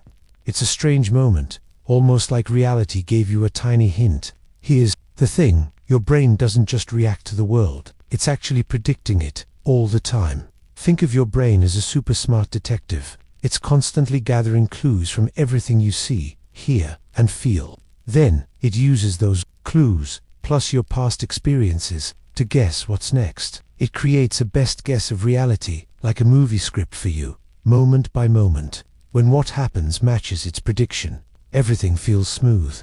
But if reality throws a curveball, if it doesn't match your brain's guess, things feel off, like a glitch dot. This idea isn't new. Thinkers have long wondered how we truly see the world. Early philosophers debated if our minds just take in information, or if they play a bigger role. Today, scientists confirm our brains are prediction machines, always a step ahead. Our minds try to fill in the blanks. Consider this: you're trying to catch a ball. You don't consciously calculate its path. Your brain quickly predicts where it will go, so your hand moves to that spot. Or, someone starts to tell you a story. Your brain immediately guesses what kind of news it might be. It's always trying to complete the picture dot. So, when reality feels like a lie, or surprisingly different, it might just be your brain's prediction missing the mark. This shows us what we experience isn't just out there, it's also shaped by our own minds, by these constant predictions. It makes us wonder how much of what we experience is truly real, and how much is built by the quiet guesses of our own brains. It's a deep thought, making us more curious about the world we live in and the mind that sees it. The silent language you miss. Have you ever had a feeling that something was true, even when no one said a word about it? Or maybe someone told you one thing, but your gut told you another. Here's the thing, much of what is real, much of the truth around us, isn't spoken out loud. It's a silent language, always there. If we only learn to listen with more than just our ears. Think about it. We often believe what people say, but our world also communicates through actions, through silence, through things left unsaid. This quiet way of talking is powerful. Ancient thinkers, like the Greek philosophers, spent a lot of time watching human nature. They knew that actions often spoke louder than words. They understood that what a person does, or how they look, when they say something, can tell you more about the truth than the words themselves. It's like a secret code, one that helps us see past the surface. So here's what happens sometimes. You might ask a friend if they're okay, and they say, "Yeah, I'm fine." But maybe their shoulders are slumped, their eyes look tired, or their voice sounds flat. Their words say fine, but their body, their tone, their whole being is telling you a different story. That's the silent language at work. It's the deeper signal beneath the simple words. It's how a dog knows you're sad even if you don't cry, or how a baby knows you're happy by your smile. This silent language reminds us that reality is deeper than we often think. It's not just about what is stated clearly, it's about what is hinted at, what is felt, what is shown without words. And that's why it matters. By paying attention to these quiet messages, we can understand people better, understand situations more fully, and feel more connected to the world around us. It's a gentle way to see the hidden truths, and it helps us understand that sometimes what's left unspoken is the most real thing of all. That thing you misremembered. Have you ever been super sure about something that happened, only for someone else to tell you it went down completely differently? Like you remember wearing a red shirt to that party, but your friend swears you wore blue. That feeling, that little jolt of "wait, am I wrong?" is about misremembering. Here's the thing, our memories aren't like video recorders. They don't perfectly store everything.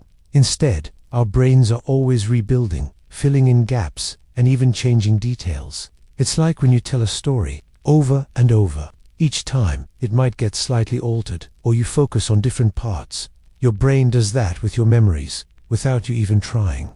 Thinkers have wondered about this for thousands of years. They knew our personal experiences, how we see the world, aren't always a perfect match for what's really out there. People long ago understood that our minds shape what we remember, like a sculptor shapes clay. It's not just about forgetting, but actively recreating. For example, remember the popular cartoon family, the Berenstain Bears. Many people vividly recall the name as Berenstain Bears, with an E, but if you check, it's always been Berenstain. This small detail shows how shared memory can sometimes create a lie that feels very real to many. Our minds try to make sense of things, and sometimes they make small edits to fit what feels right. So when reality feels like a lie, sometimes the lie is inside our own heads, crafted by our amazing brains. It's not about being wrong. It's about understanding how our personal truth is always being shaped. It makes you wonder how much of what we know is truly fixed. How much is a story we tell ourselves, over and over, until it feels real. The way your voice sounds, have you ever wondered why your voice sounds so different when you hear a recording of yourself? It's a strange moment, right? Like someone swapped your voice with a stranger's. You hear it, and you think, is that really me? But everyone else hears that voice all the time. To them, that is your voice. Here's the thing. When you speak, you hear your voice in two ways. Part of it travels through the air, hitting your eardrums, just like when someone else talks to you. But a big part of it also vibrates through the bones in your head, directly to your inner ear. This bone-conducted sound makes your voice seem deeper and fuller to you. It's like a built-in bass boost only you can hear. Everyone else only gets the air-conducted sound, which often sounds higher and thinner than what you expect. For most of human history, people never really heard their own voice as others did. Imagine that. Before recording technology, your own voice was something only you truly experienced in its full, bone-rattling way. It was a private sound, a personal melody played inside your skull. This means that for thousands of years, the sound of your own voice, the one you knew as yours, was actually a unique internal perception, different from what every single person around you heard. Think about it like this. It's like looking in a funhouse mirror that only you can see, but everyone else sees a regular mirror. You see a stretched out, slightly distorted version of yourself, while they see you as you truly appear.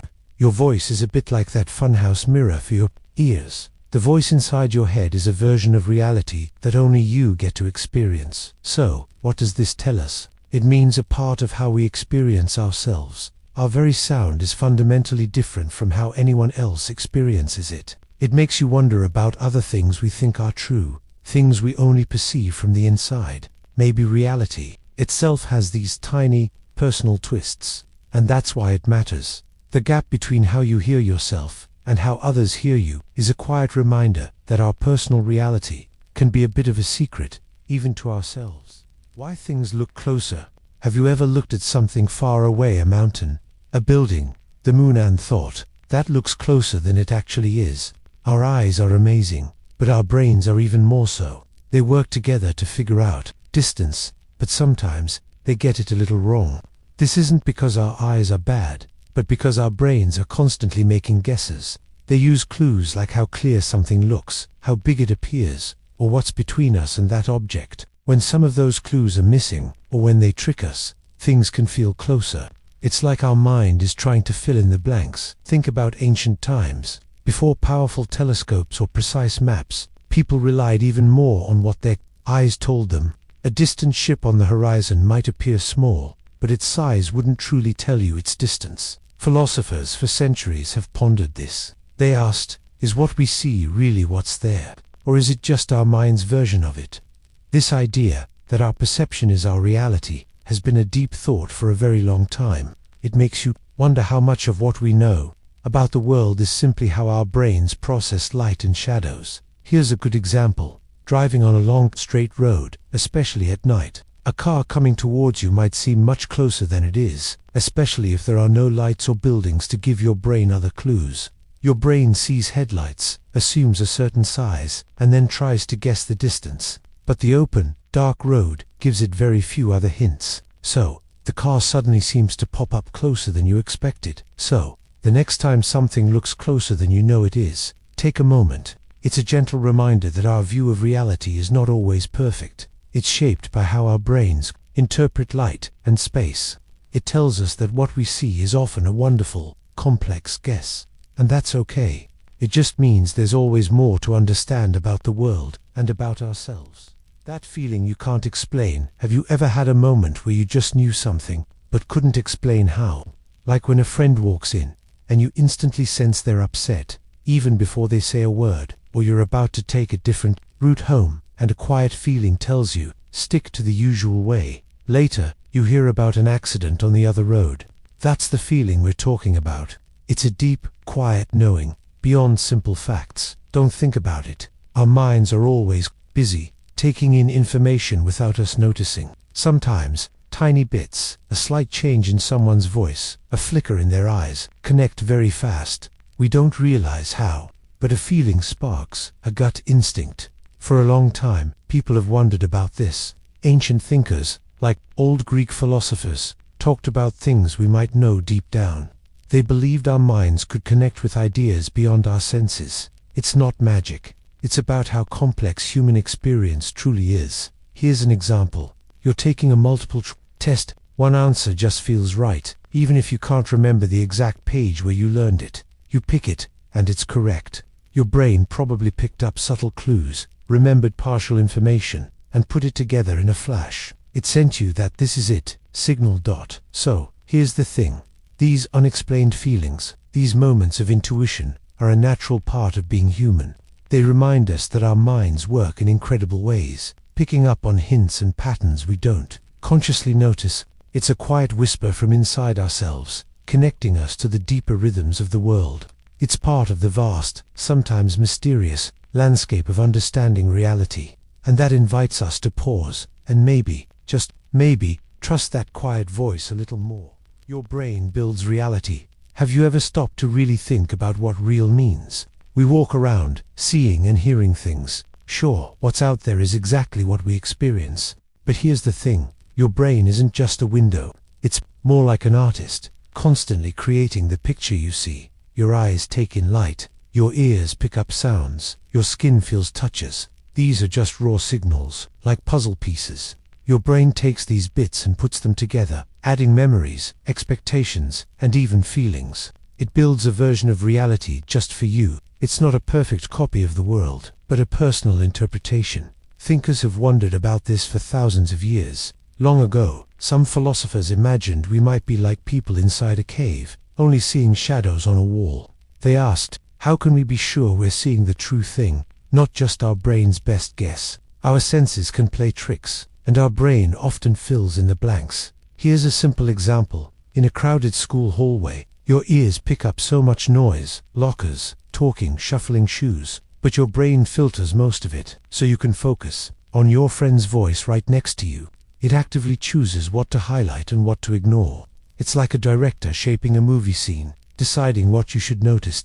So, the world we experience isn't just given to us. We are active parts of creating it, moment by moment. Your reality is a deeply personal thing, built by the amazing, intricate work inside your own head. Knowing this can make you look at everything with a bit more wonder. The world is truly, in a way, shaped by you. The world from a different view. Have you ever paused and thought about how you see the world around you?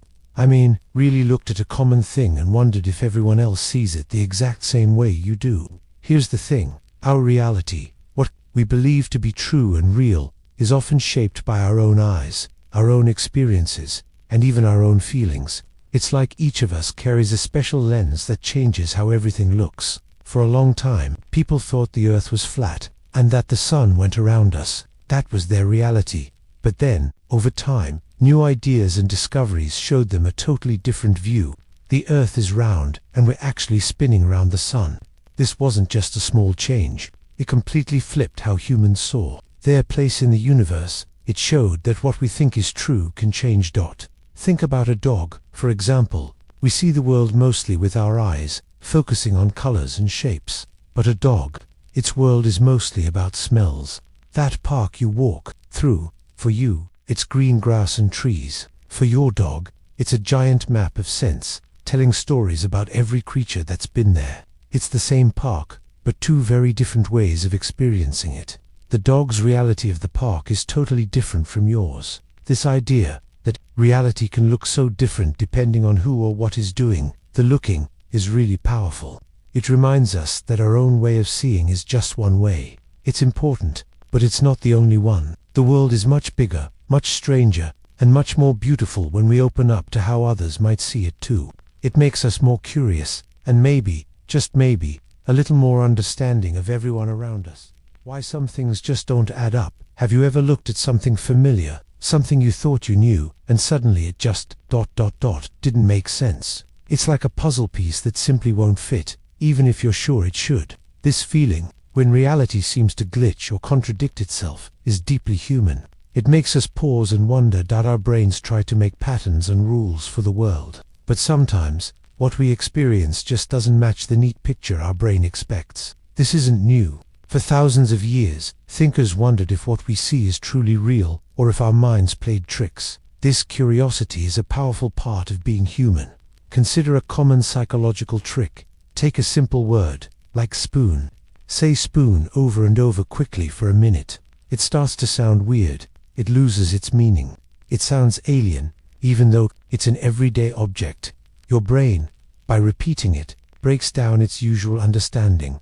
It's still spoon, but it doesn't add up in your head anymore. This shows how our minds can make the familiar feel strange. This feeling when things don't quite click isn't something to fear. It's a quiet signal. It's our minds telling us to look closer, to ask why. It's a gentle reminder that the world is vast and sometimes wonderfully confusing. Understanding that things don't always add up perfectly is the first step to seeing how truly amazing reality can be.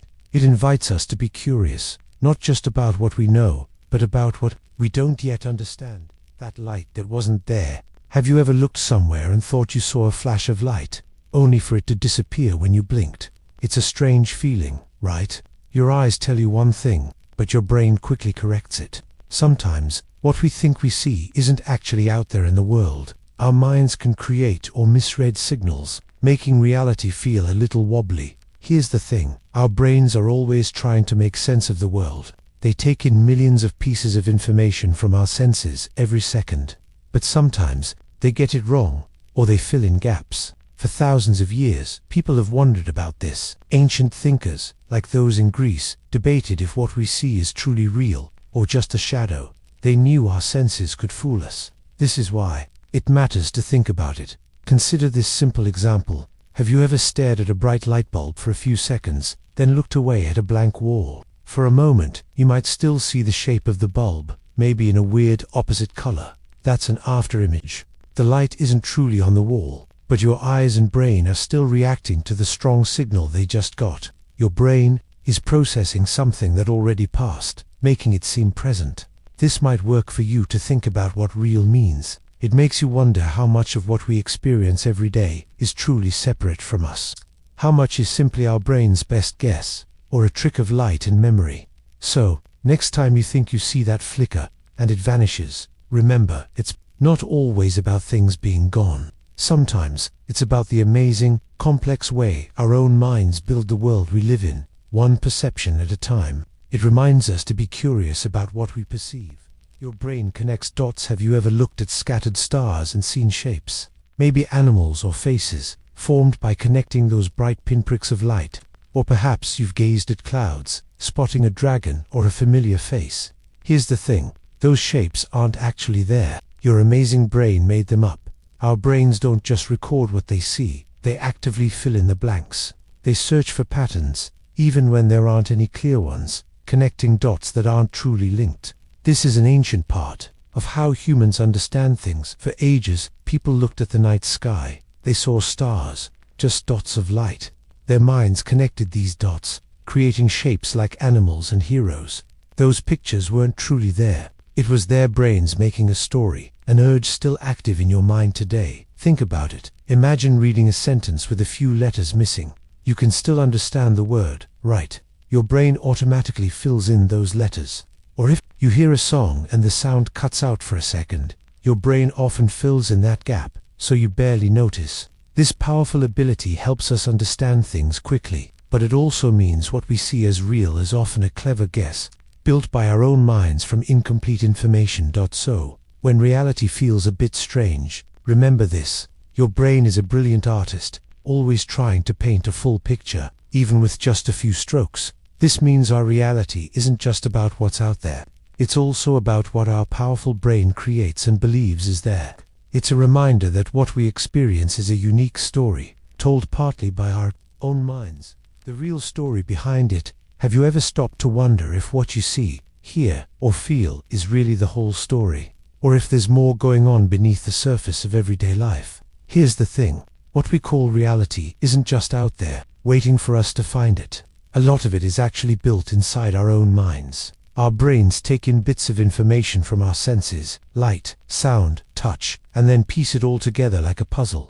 It creates the picture of the world we experience. People have thought about this for thousands of years. Thinkers from long ago wondered if we're only seeing shadows of true reality, like in an old story about people stuck in a cave, only able to see reflections on a wall. They imagined that what seemed real to them was just a tiny part of something bigger and more complex. It's an idea that makes you pause, isn't it? That maybe our brains are like a projector, showing us a movie that feels incredibly real, even if the true world is a little different. Here's an example. You know how an optical illusion can make you see one thing, then with a slight change, you see something totally different. Your eyes send the same lines and colors to your brain, but your brain switches its interpretation. Or think about a magic trick. The magician doesn't actually make a coin vanish. They just trick your brain into thinking it did. They used your brain's habits against it. Your mind expects one thing, so it fills in the blanks, and suddenly, reality feels like a lie. This isn't about being scared or thinking nothing is real. Instead, it's about how truly amazing and flexible our minds are. Our reality is a complex, active process, not just something we passively observe, and that's why it matters. It means there's always more to explore, more to understand about how we experience the world. It invites us to be curious, to look a little closer, and to consider that sometimes the most solid parts of our world are also the most wonderfully fragile, made of thoughts and interpretations. When your senses trick you, have you ever felt completely sure about something you saw or heard, only to find out you were wrong? It happens more often than you might think. Our senses, sight, sound, touch, taste, smell, are how we gather information about the world. They send signals to our brain, but sometimes our brain misinterprets these clues. For a long time, thinkers called philosophers have wondered about this. They asked, is what I see truly real, or is it just my brain making sense of light and sound? They knew our senses might not always show us the full picture. Consider an optical illusion. You might look at a drawing and see an old woman, then blink, and suddenly it's a young lady. The lines haven't changed, but your brain interprets them differently. It creates two realities from the same image. Or maybe you've been alone in a quiet room and thought you heard someone call your name, only to realize no one was there. Your ears picked up a random sound, and your mind filled in the rest. These moments teach us something important. Our senses are windows to the world, but they are also powerful filters. What we experience as real is often a mix of what's out there and how our own minds process it. It's a reminder that even the most basic parts of our reality can be surprisingly flexible and perhaps a little mysterious. It makes you wonder how much of what we know is truly out there and how much is just inside us.